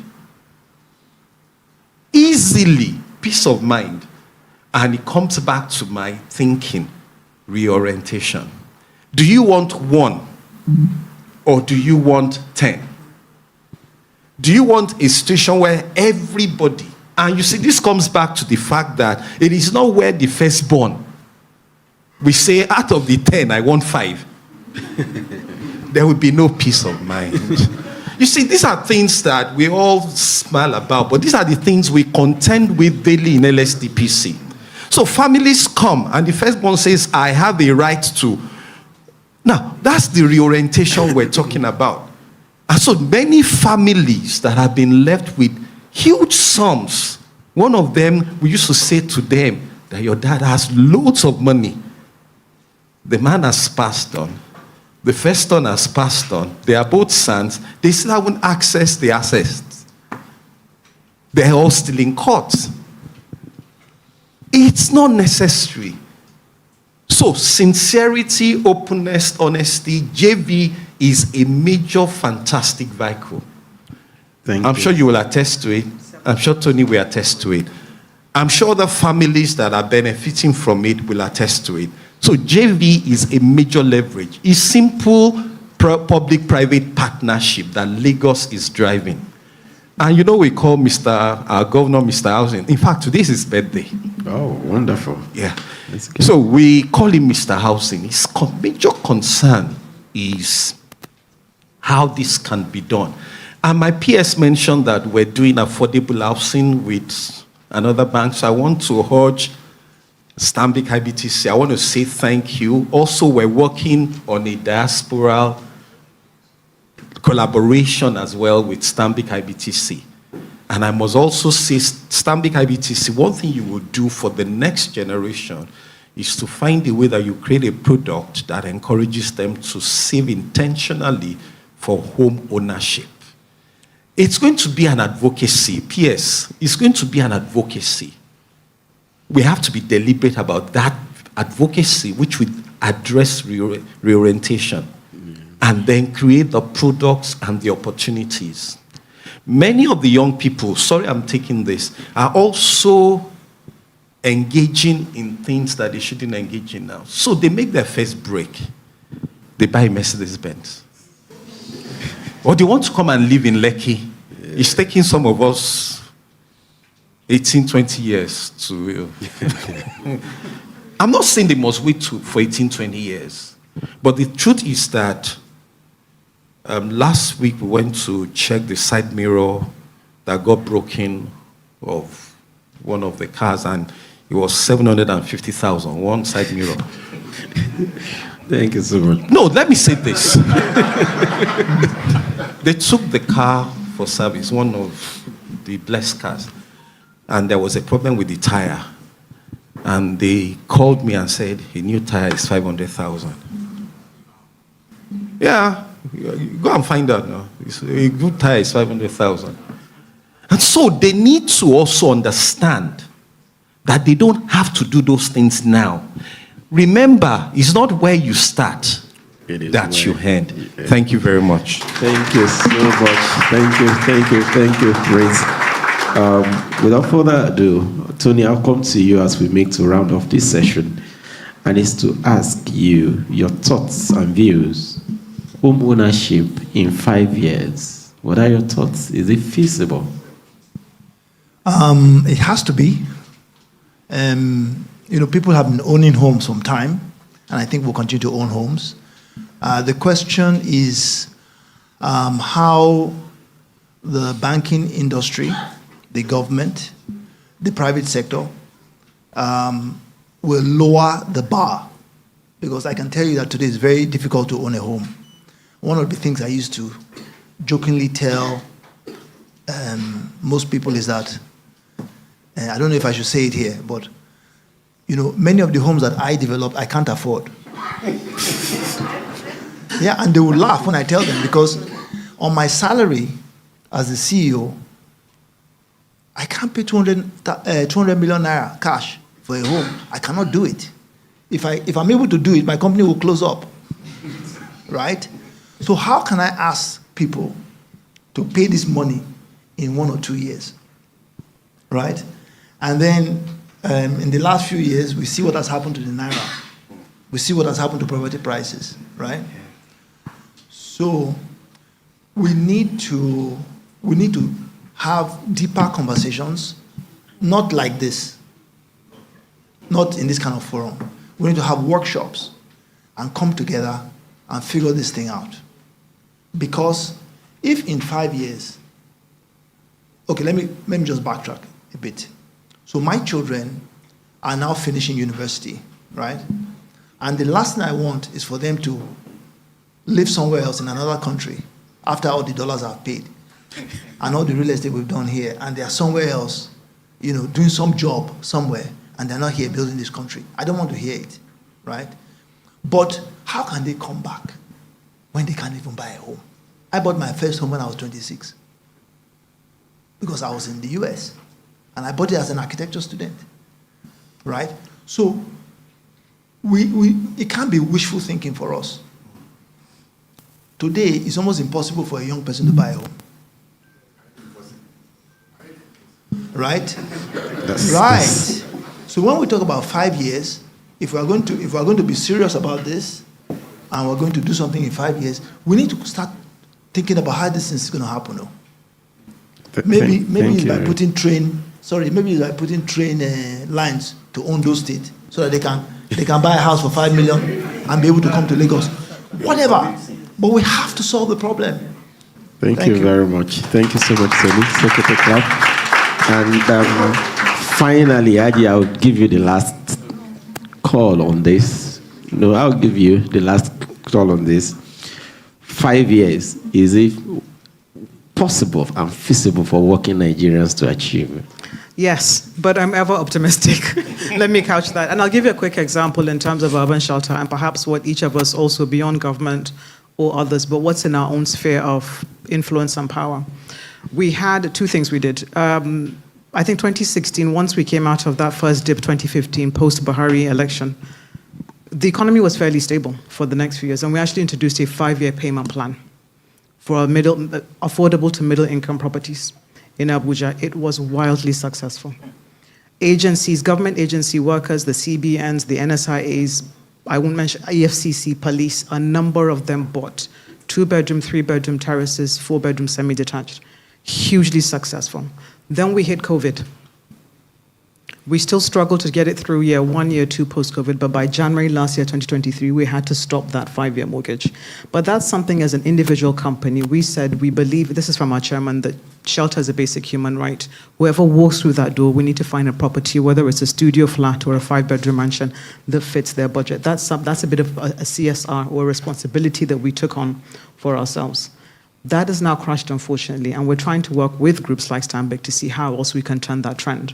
On our side, how do we ensure more affordability? So, for instance, our affordable homes, we built specifically red bricks. It's cheaper, it's more green, it's more sustainable. We have a factory in Niger State and Zamfara that supplies those bricks for us. But what we then did for a company, and whenever people join companies, please read your employee handbook. You don't know the benefits you're missing. We have a 50% discount on staff housing. So if I join Urban Shelter, a few years into it, 3 to 5 years into it, I can acquire a home and get a 50% discount. It can be removed from my salary, spouse and I can join, parents can join and buy on my behalf. I can rent each of the 3 bedrooms out to my siblings and we all come together and buy it.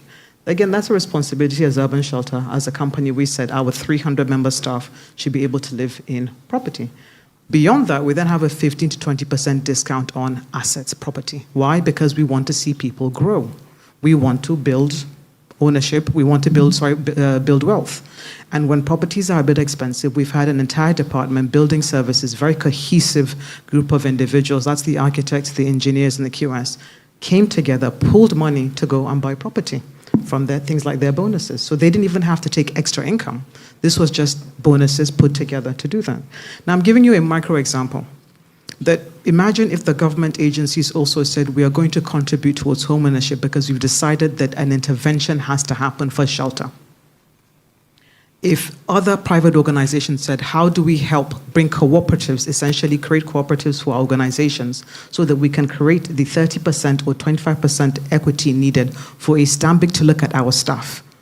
Police shouldn't be homeless. Police are singularly the most verifiable individuals in Nigeria. One of the things companies, financial institutions struggle with is how do you verify Sadia as Sadia? I don't have a post box. I can't even tell you my family home in Niger State. I can only say it's by the left tree on the left, on the right. You then start asking me for a blood sample for my firstborn child and everybody else from the... So, but police, I'm just taking police, and I think police is either army or police. I think there's a challenge on which one is the largest employer-employee.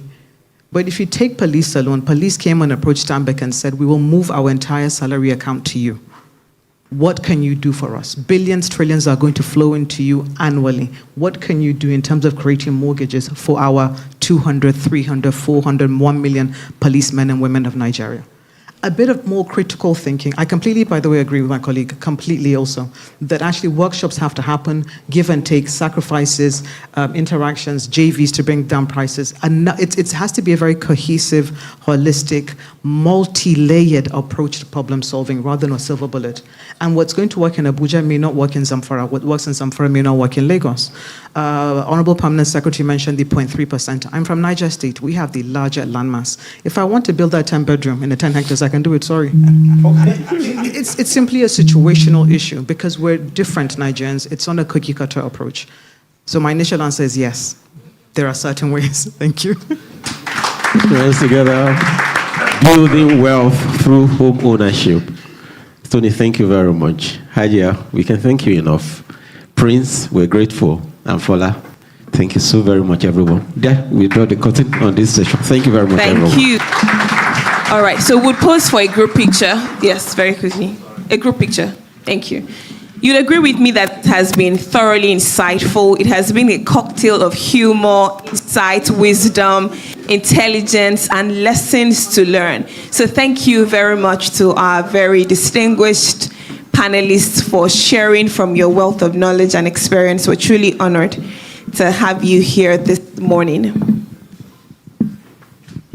Distinguished ladies and gentlemen, again, we thank you for making time to be here regardless of the rain. Thank you. We're truly excited that you're a part of this conversation on building wealth through home ownership. Thank you for being here this morning.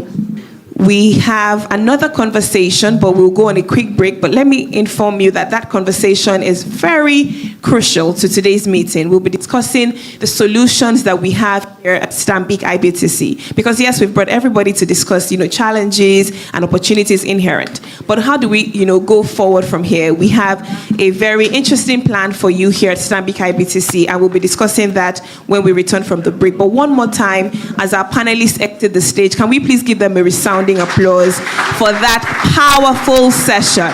Very powerful session. We had to do a hard stop. If not, because of how intelligent they are, we were going to go on, and we didn't get tired, but of course we value your time and we want you to return to your businesses. But thank you so much for sharing your time with us today. We'll go on a quick break, and we'll make this as quick as possible. 10 minutes break. We have conversation starters on each table, on the cocktail table. We want you to engage, network, because much more than the conversations we're having, we're also driving networking across the value chain here. We have different stakeholders represented. We want you to network, make new connections, and let's continue to build wealth through home ownership. We'll be back in exactly 10 minutes, and that is by 11:04. So please go on break and enjoy the tea break. 11:04, we'll return here. We'll have another conversation, then wrap things up. Thank you. Would have loved to take questions after this panel conversation, but because of time.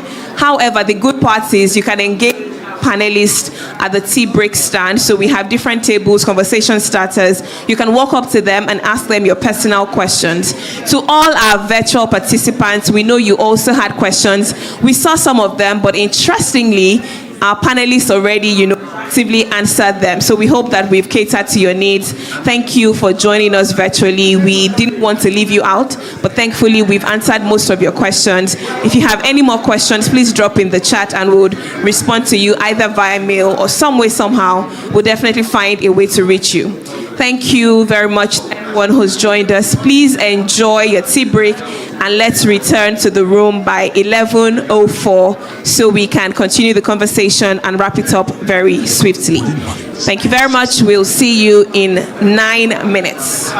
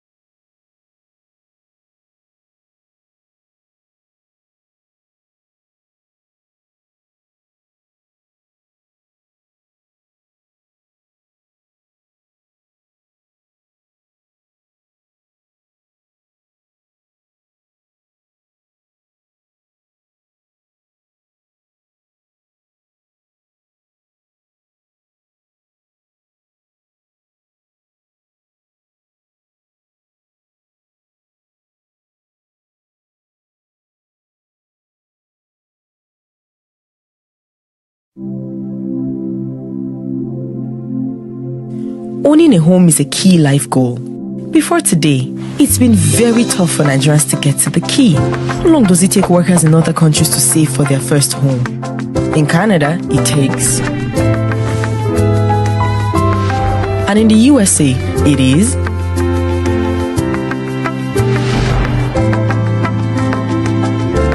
Want to compare those numbers with age and see how old one might be before really owning a home?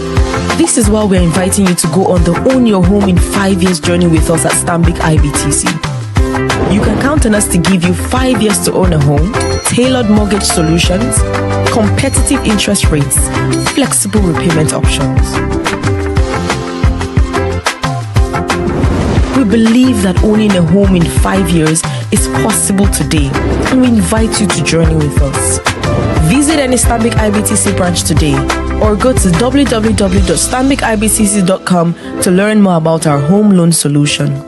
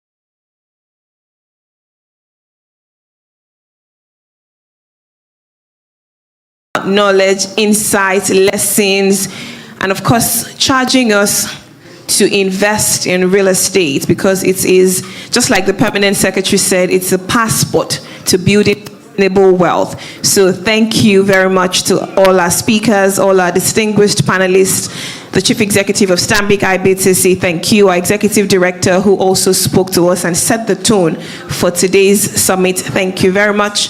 The Permanent Secretary, Lagos State Ministry of Housing, was here earlier. He delivered a powerful keynote address on building wealth through home ownership. Thank you very much. We had a fire panel conversation of distinguished and erudite, personalities, and it was indeed very insightful. We are moving on very quickly, and first we will take client testimonial videos. We've talked about so many things today, and we have clients who have testimonials. We've recorded them, and I'd like to ask us to please focus our attention to the multimedia screen as we take these testimonials right now. My name is Onyo Itola. I was very excited to learn about the release of the guidelines by PENCOM for accessing a portion of my pension for property equity. I quickly got in touch with Stanbic IBTC, and their team was very helpful and put me through the processes required.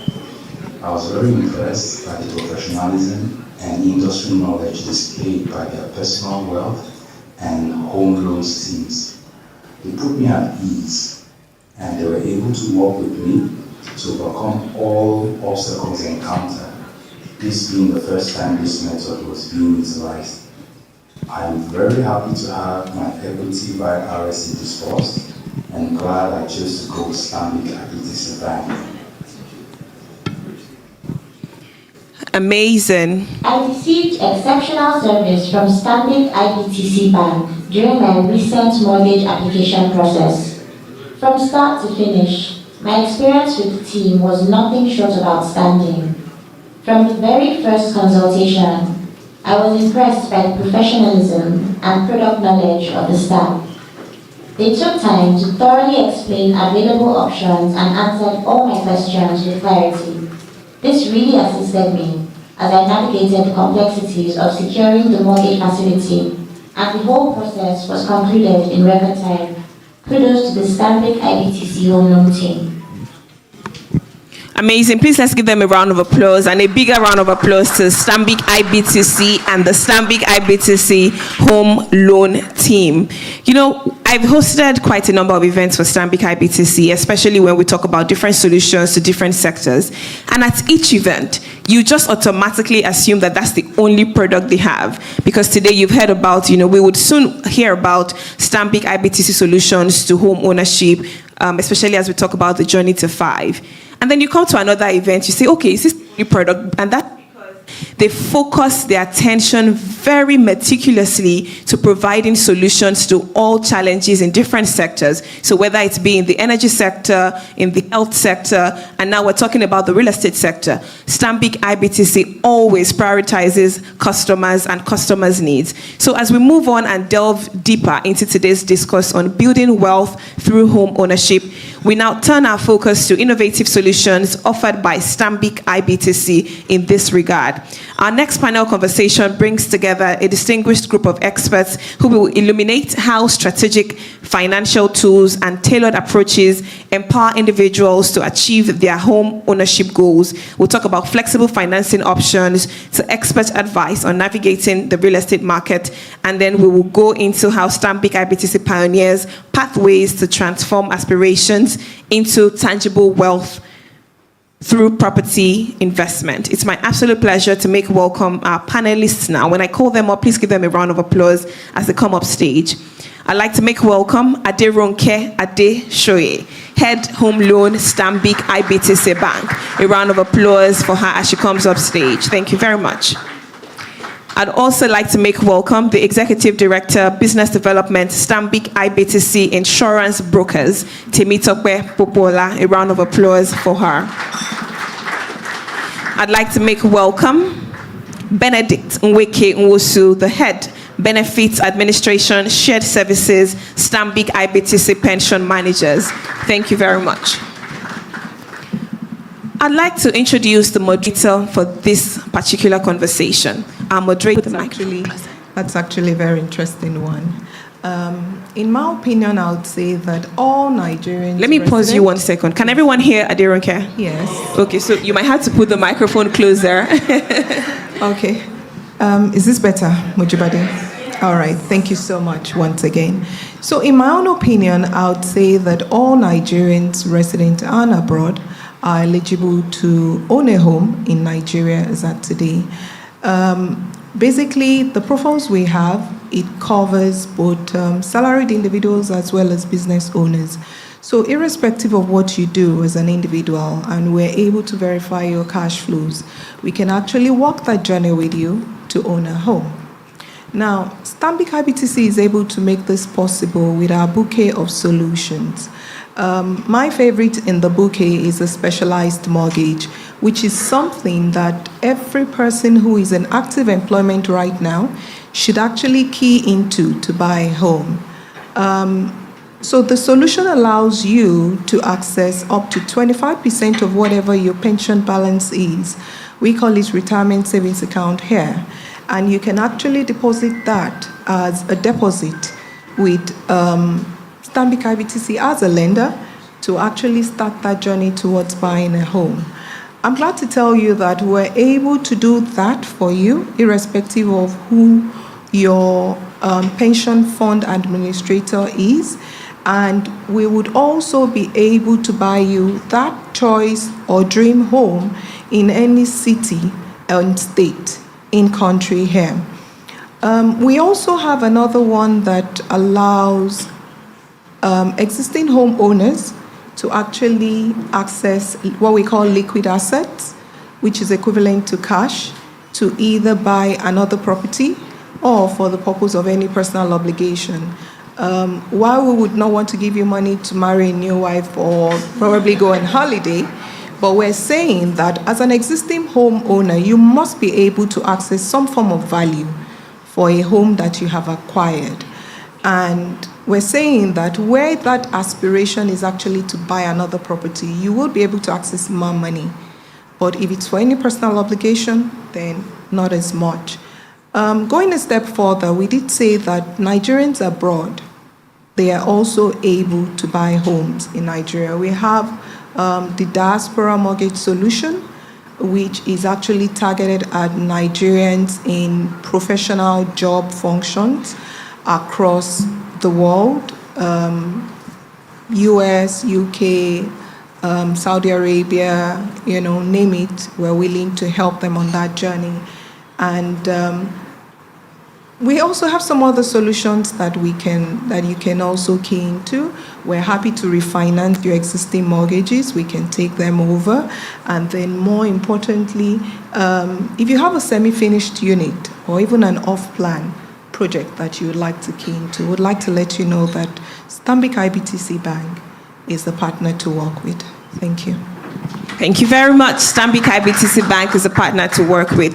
I love that you've already touched on, the pension funds and how whether or not you, Stanbic IBTC pension managers are your fund managers, you can still access it. But does not mean that you cannot bring your pension here. Now, my next question to Benedict is, how does the pension scheme support aspiring homeowners who want to purchase property? All right. Thanks, Moji, for that. Good morning, everyone. So in September 2022, the National Pension Commission came up with some guidelines. Now, the essence of this guideline was to enable RSA holders to be able to withdraw from their pension accounts to fund equity towards obtaining a residential mortgage. Now, the value that you can withdraw from your RSA is an amount not exceeding 25% of your balance. Two eligibility criteria was, the first one is that you have to be an active contributor with more than 3 years to retirement, and you must have been contributing for a minimum of 60 months. That's about a 5-year period. Now, the essence, which some of the previous speakers had touched on, is for the pension industry to provide the much needed long-term financing into the housing sector, and also to support the welfare of RSA holders during their active work life. Thank you. Thank you very much. Please give me a round of applause. Thank you. Now, I'm coming to my immediate right here, Temitope. My question to you is to please educate us and explain further the importance of insurance in home purchase and what areas of cover to consider. So 2 things. What is the importance of insurance in home purchase, and what areas should one consider when doing that insurance? Thank you. And good morning, everyone. Once again. Good morning, everyone. Yeah, insurance very, very important in home purchases. You can't do without it. Insurance gives you a peace of mind. Without insurance, you cannot sleep at night. So we all need to get insurance of our assets. We've talked so much about home building wealth through home insurance. Through home ownership, which is very, very important. But the climax of everything is having insurance on top of the home ownership. And the key thing is that insurance will give you a peace of mind. It provides financial protection and security against various risks, against perils that you cannot think of, and against all kind of uncertainty. So there are 2 broad categories of insurances that can be done for home ownership. The first one is you can have when you purchase a home and you want it to be financed by the bank. And the second one is when you are purchasing a home and you are using your personal fund. For a home insurance that is being financed by the bank, there are 2 categories. The first one is mortgage protection plan. And what this insurance policy does is that in the case of any eventuality of death or permanent disability of the borrower, the insurance policy will take over the outstanding loan balances and will pay it off on behalf of the borrower when the borrower is no longer alive. And what this does is that the beneficiary will also have a peace of mind. The beneficiary does not need to worry about paying down the loan because the insurance company will have taken care of it. Secondly, there is also the home ownership insurance, a comprehensive insurance fund as well. And how that works is that the insurance policy covers your asset by giving you a coverage for your building and content of the building. And what that does is that all the assets of the building and the content is protected from special perils and fire, like lighting, explosion, earthquakes, flooding, and the rest. And the borrower can have a peace of mind because the asset is covered in case of any eventualities. And there is also an extension to this, and which is called a job loss, which is an extension to a mortgage protection plan. And how that works is that when a borrower is out of job, for the first 6 months, the insurance company will cover the repayment of the loan, pending when the borrower gets a new job or is still searching for the job. So those are the key important benefits of having an insurance, which everyone cannot do without. Thank you. Thank you very much. Please give her a round of applause. You know, it's interesting because on social media, when we see videos of unfortunate incidences where a house is burning, and you just open the comment section, whilst people are sympathizing with the homeowners or building owners, the critical and most common question is, I hope this person has insurance. And yes, we try to avoid it, but it's a very crucial part of home ownership, and it gives peace of mind, just like you said. So thank you very much for emphasizing that. I'm coming back to you, Adirunke Adeshoye, and my question is, I know you've touched on it a bit, but I want you to please expatiate a little further. What role does equity contribution play in mortgage process? And I always ask you two in ones, you know. So that's the first part. So what role does equity contribution play in mortgage process? And what are some of the strategies for raising funds for equity contribution? Over to you, Adirunke. Okay, thank you once again, Mujibade.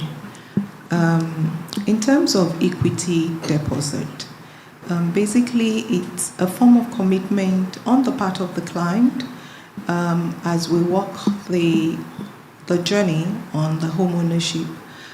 Recall that the mortgage is actually the larger portion of the acquisition fee that the lender will be bearing.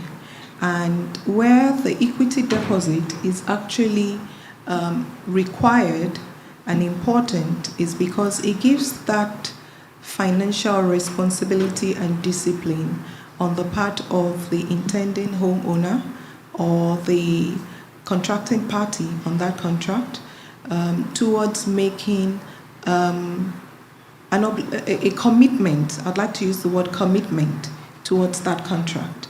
You'll agree with me that if the bank was to fund a home acquisition 100% funded, the responsibilities towards such a contract will be slightly different.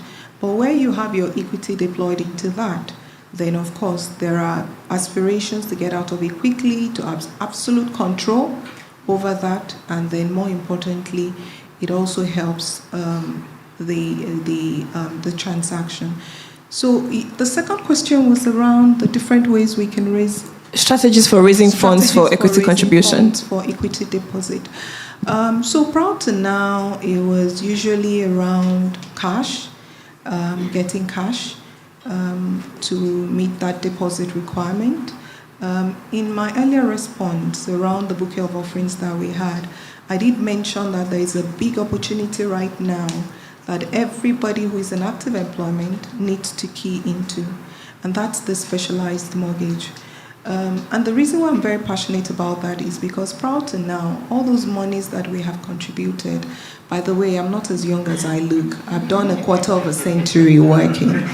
So all the monies that we have that has actually been deducted from our earnings, the government says we now have an opportunity while still in employment to access that money.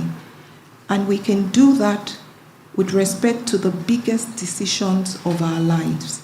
And personally, I think that takes away the burden of having to look for cash.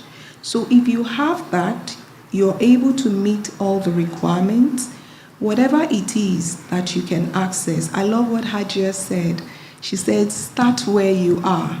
So if I'm able to get an apartment in Ikorodu, for instance, I'm not from Ikorodu, but I'm very passionate about that area because it's an emerging location. So whatever it is that you can get, then you're able to go ahead with that. So in my opinion, I think cash as well as that bit of the retirement savings account are the quickest strategies to actually raising deposit towards home ownership. Thank you. Thank you so much. Thank you. You can go ahead with the applause. Thank you. I think this is really good because for those who are joining virtually, there have been questions around, can you use your pension savings to, as equity contribution? And some people are not aware of the policy that was institutionalized a couple of years ago, which you spoke about, Benedict. So I'm coming back to you now. And my second question to you is, how can one access 25% of their equity contribution for home ownership? And what innovative solutions does Stanbic IBTC pension managers offer to support prospective homeowners? I'll go over it again. How can one access 25% of their equity contribution for home ownership? One, and what innovative solutions does Stanbic IBTC pension managers offer to support prospective homeowners? All right, thanks, Moji. All right, so I would start off by saying that before the National Pension Commission came up with this regulation, there was an impressionable, widespread stakeholder engagement. And so the regulation in itself addressed one of the issues that Aija had mentioned, which was around documentation. Numerous documents bring this and that. To kickstart the process, you need basically an offer of sale. Now, the funding is for equity contribution. That means that the pension industry is funding through mortgage. So it has to be through mortgage. That's the vehicle that is being utilized. So all you need is an offer of sale. Now you take your offer of sale to the mortgage lender and indicate or express interest to want to withdraw from a retirement savings account. What they would request of you would be your RSA statement. That's a document that evidences how much you have accumulated in your pension account. And recall the other eligibility criteria I had mentioned, having more than 3 years to retirement and having contributed for a minimum period of 5 years. The mortgage lender will then do their bit and give you an offer, right? And all that documentation is what you would, once concluded and signed off, you would then present to your pension fund administrator to apply to withdraw from your RSA. It is as simple as that. We have been getting a lot of requests, and that then speaks to what exactly have we done. Now, the first thing that we have done to support this drive is to include this conversation, to create massive awareness during our different engagements with employers, with prospective retirees, just creating that awareness that there is this huge opportunity that can be taken advantage of. Now, in addition to that, we have various touch points, the online service, online chat service, we have the My Pension portal, we have our email service. But in addition to that, what we did was to create a specialized team to handle these particular regulation or inquiries that would come from the implementation of this regulation. So we have a specialized team that you can reach through a dedicated email address, pensionmortgage@stanbicibtc.com, to attend to any inquiries you may have, any submissions. We interact with customers, we interact with different mortgage lenders as well with respect to accessing your RSA for this purpose. Finally, I would add that it's a one-off access, but it is not dependent on if you had withdrawn from your RSA prior as a result of temporal loss of job. So it is still open to anyone who has more than 3 years to retire, even if you had withdrawn from your RSA as a result of loss of job. Thank you, Moji. Thank you very much, Benedict, for that robust answer to the question. Thank you, and thanks for the applause. Now I'm coming back to you, Temitope, and I think this is very crucial. What are some key factors to consider when selecting an insurance policy for your home? So key factors to consider when selecting an insurance policy for your home. Okay, there are different factors that are very important when you want to select the insurance for your home. But the greatest of all is to get an insurance broker to handle it on your behalf. And that's what we do at Stanbic IBTC Insurance Brokers. We manage the insurance of your home ownership.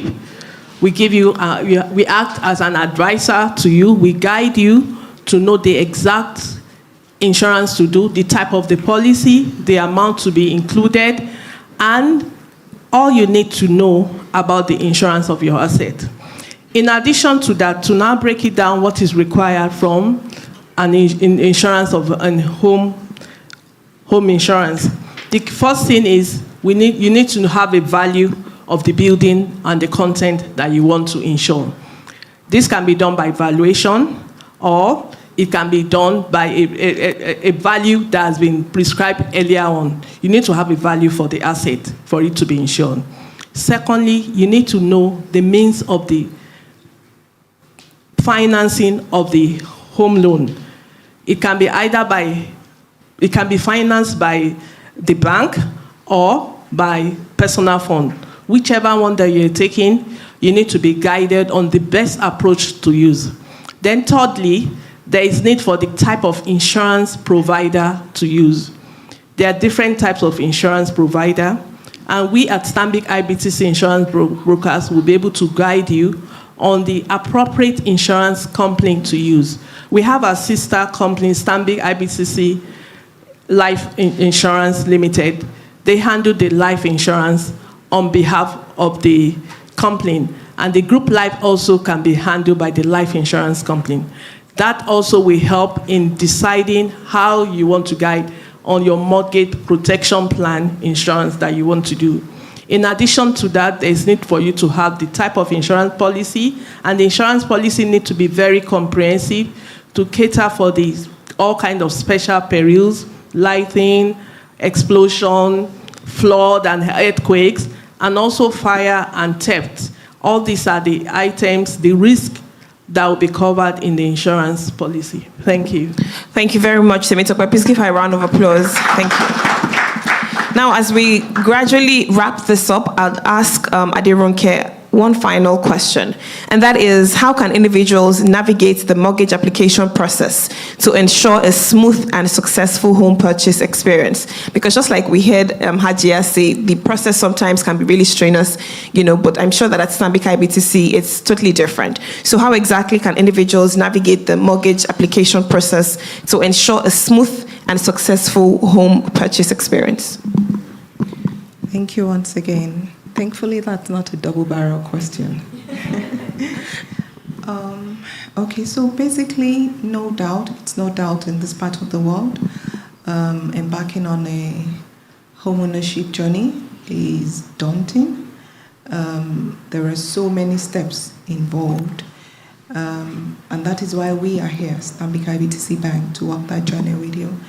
So usually there are so many steps, like I said earlier, and for each of those steps of the journey, we are glad to work with you. And usually we like to start from the point of awareness. We need to be sure that what you want is what you really want, and then you're actually ready for the entire process as it is. And that involves an eligibility check. And we find out that I want to buy a house in Ikoyi, by the way, but like Prince said, I think it was Tony who mentioned it. He said he builds houses he can afford.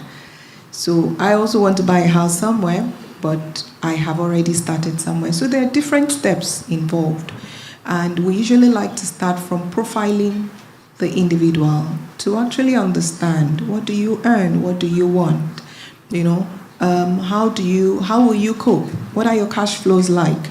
Are you able to take on a mortgage right now? Are there any existing obligations that can be dropped, so that there can be room to actually take this? And then where the customer expresses willingness and accepts to start that journey, then it begins.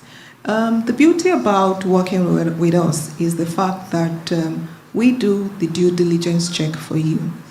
So before we even do anything, we do the check to find out that there are no laws in country, in state that is being flaunted.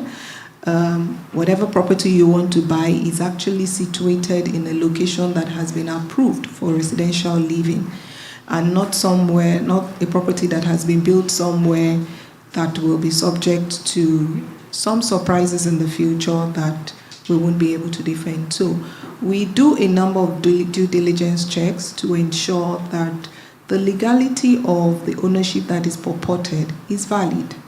So that in that instance, we know that when we create a mortgage, we're able to perfect and transfer that ownership in your name at that moment.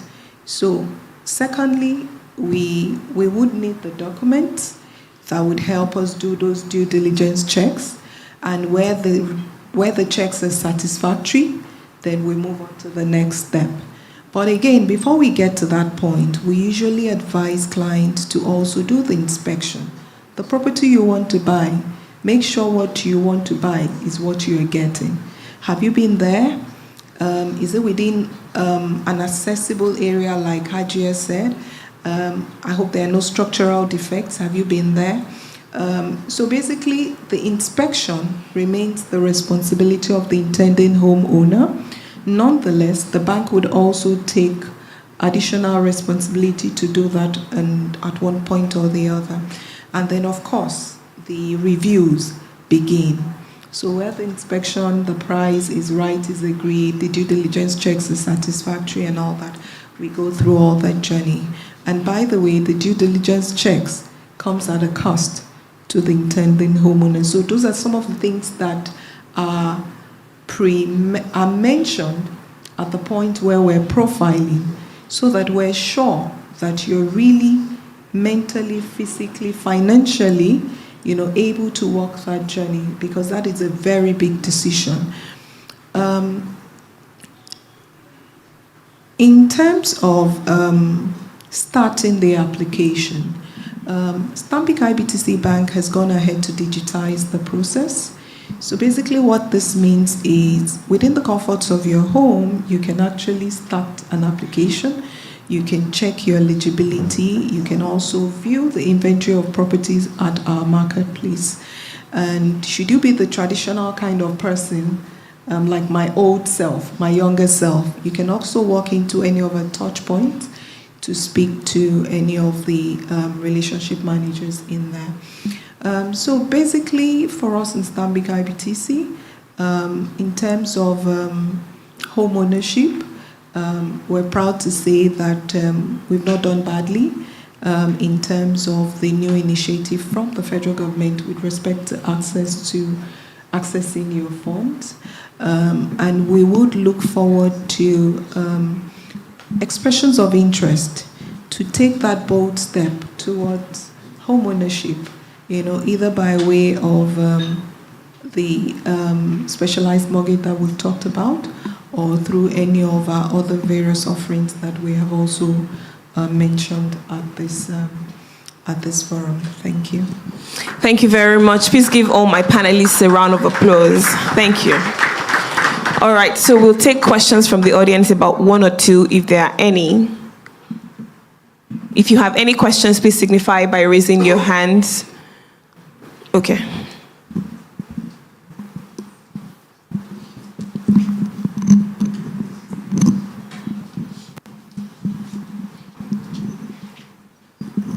Thank you. My name is Roland, and I have interest in actually getting a mortgage. And my question is, how long does it take from the initial process when you're doing the background check and also when you're doing your due diligence? How long does it take? So that's one. The other problem I have is that, for instance, I went to Abuja and I wanted to get a property. Once I told them that the bank would be financing it, they get kind of skeptical.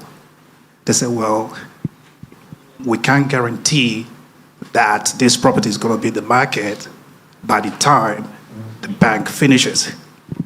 So I said, are you telling me that if I leave now, in a week's time, this property will be gone? They said, yes. So I have concern about that, and I don't know if you can address that. Thank you.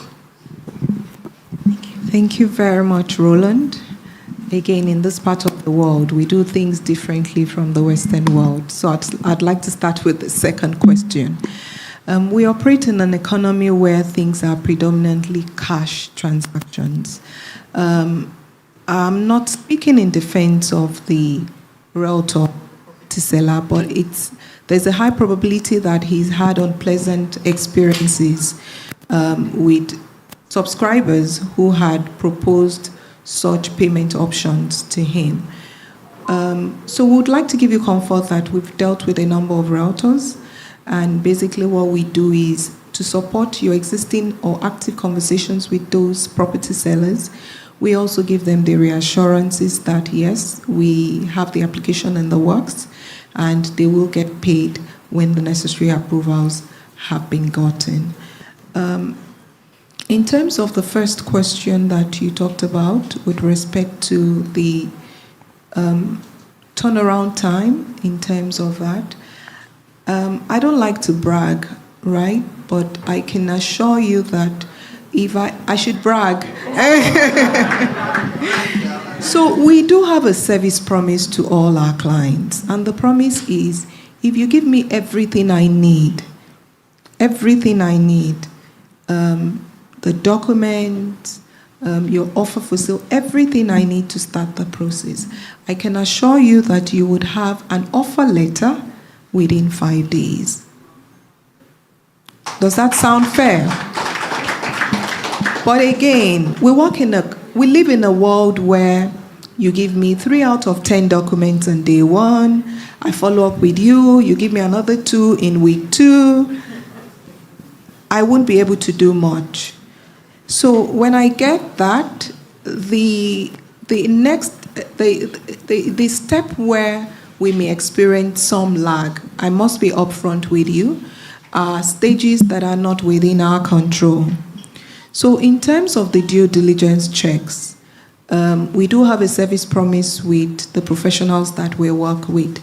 But there are times where there are situations not within our control by virtue of the due diligence checks that they have to do, either at the lands registry or at any other office related to the Ministry of Lands. So, but aside from that, we are able, everything that is related to the bank in terms of reviews, issuance of offer letter, we are able to deliver that within time. I don't know if that helps, Roland. Can you take up my promise? Okay, thank you very much. Thank you very much. And Mr. Roland, I will MC your official unveiling of your home when it's done, because Stanbic IBTC will come through. Thank you so much. Please give my panelists a resounding round of applause. Thank you. Before we get up to take group pictures, please look on your tables. You would see a QR code. We want you to please scan it and give us feedback. And if you have any questions at all that we can't answer today, because we respect everybody's time and we know that you have to get back to business. It's a Tuesday and you have to get back to work. But we want to take your feedback. We want to take further questions which we are unable to take today. Please drop your feedback in there. Drop your questions in there. We promise we will take your feedback. We will learn. We will listen. And your questions will definitely provide answers to them. Thank you. The QR codes are on your table, so please scan them. I know we are with our phones and we're very technologically driven, so please scan the QR codes and drop your feedback, drop any questions or suggestions at all that you may have. We want to listen to you because we value your opinion, your suggestions, and your feedback. Once again, thank you so much for being such a fantastic audience. We're not done. We'll do the proper vote of thanks, but we'll take a group picture now. Thank you. Please give another round of applause to my panelists. Thank you.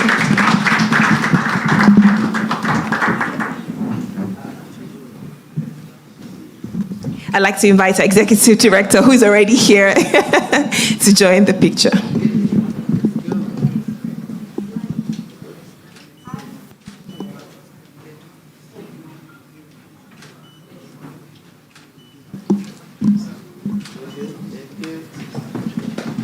Thank you very much once again. We hope that we can truly be a part of your journey on building your home and owning your home and building wealth, much more than building your home. Thank you so much, ladies and gentlemen, to do the official vote of thanks, which is to say thank you to every one of you who's joined us today. It's my pleasure to bring up on stage one more time the Executive Director of Personal and Private Banking at Stanbic IBTC Bank, Mr. Olu Delano. A round of applause for him, please. Thank you, Mojibade. Thank you very much. The room is still full. It just shows the importance of this subject. I just want to thank our esteemed panelists. They're getting into the details. So thank you so much. Ajia, thank you.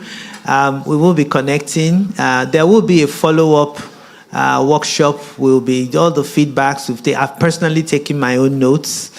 And it's such an important subject, and our enabling our customers, Nigerians, to live a better life. That's really why we're all excited to be waking up every morning, coming to the office. And so really to thank all of us in the room. Thank you for the insights shared today. Where you end up, where you start from is not where you are. That's deep. We have to put a trademark on that, Sajia. And my analysts I'm already sharing, going to share that in my team meeting tomorrow. Where you end up, where you start is not where you end. That's the takeaway from this theme. So thank you so much, everybody. Let's continue to engage. I hope it's been useful in terms of the information that we're sharing. We'll continue to engage across all areas. Those online, I'm not sure where they are, but thanks for joining online. Type in your questions. If you need us to reach out to you, please do. We'll have the engagement. The most important is that this is the most expensive transaction or purchase you will make in your life. So if you're making a decision to marry, just as another one that I just whispered to me, the second one is buying a house. So these are not grocery shopping. And I think the comment around the time it takes, the process, we really do take you through that process. Make sure that when you finally buy that house, there is no story. You can go to sleep.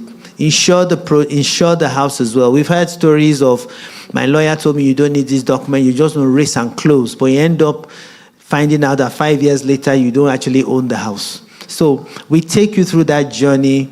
We know that's what we do every day. You stick to your lane of what you're doing and just continue to move you to live a better life. So thank you very much, everyone, and thanks to Mojibade as well for hosting us and for emceeing today. Thank you to my colleagues and who have shared all the insights. I actually learned a few from the RSA Mortgage book as well.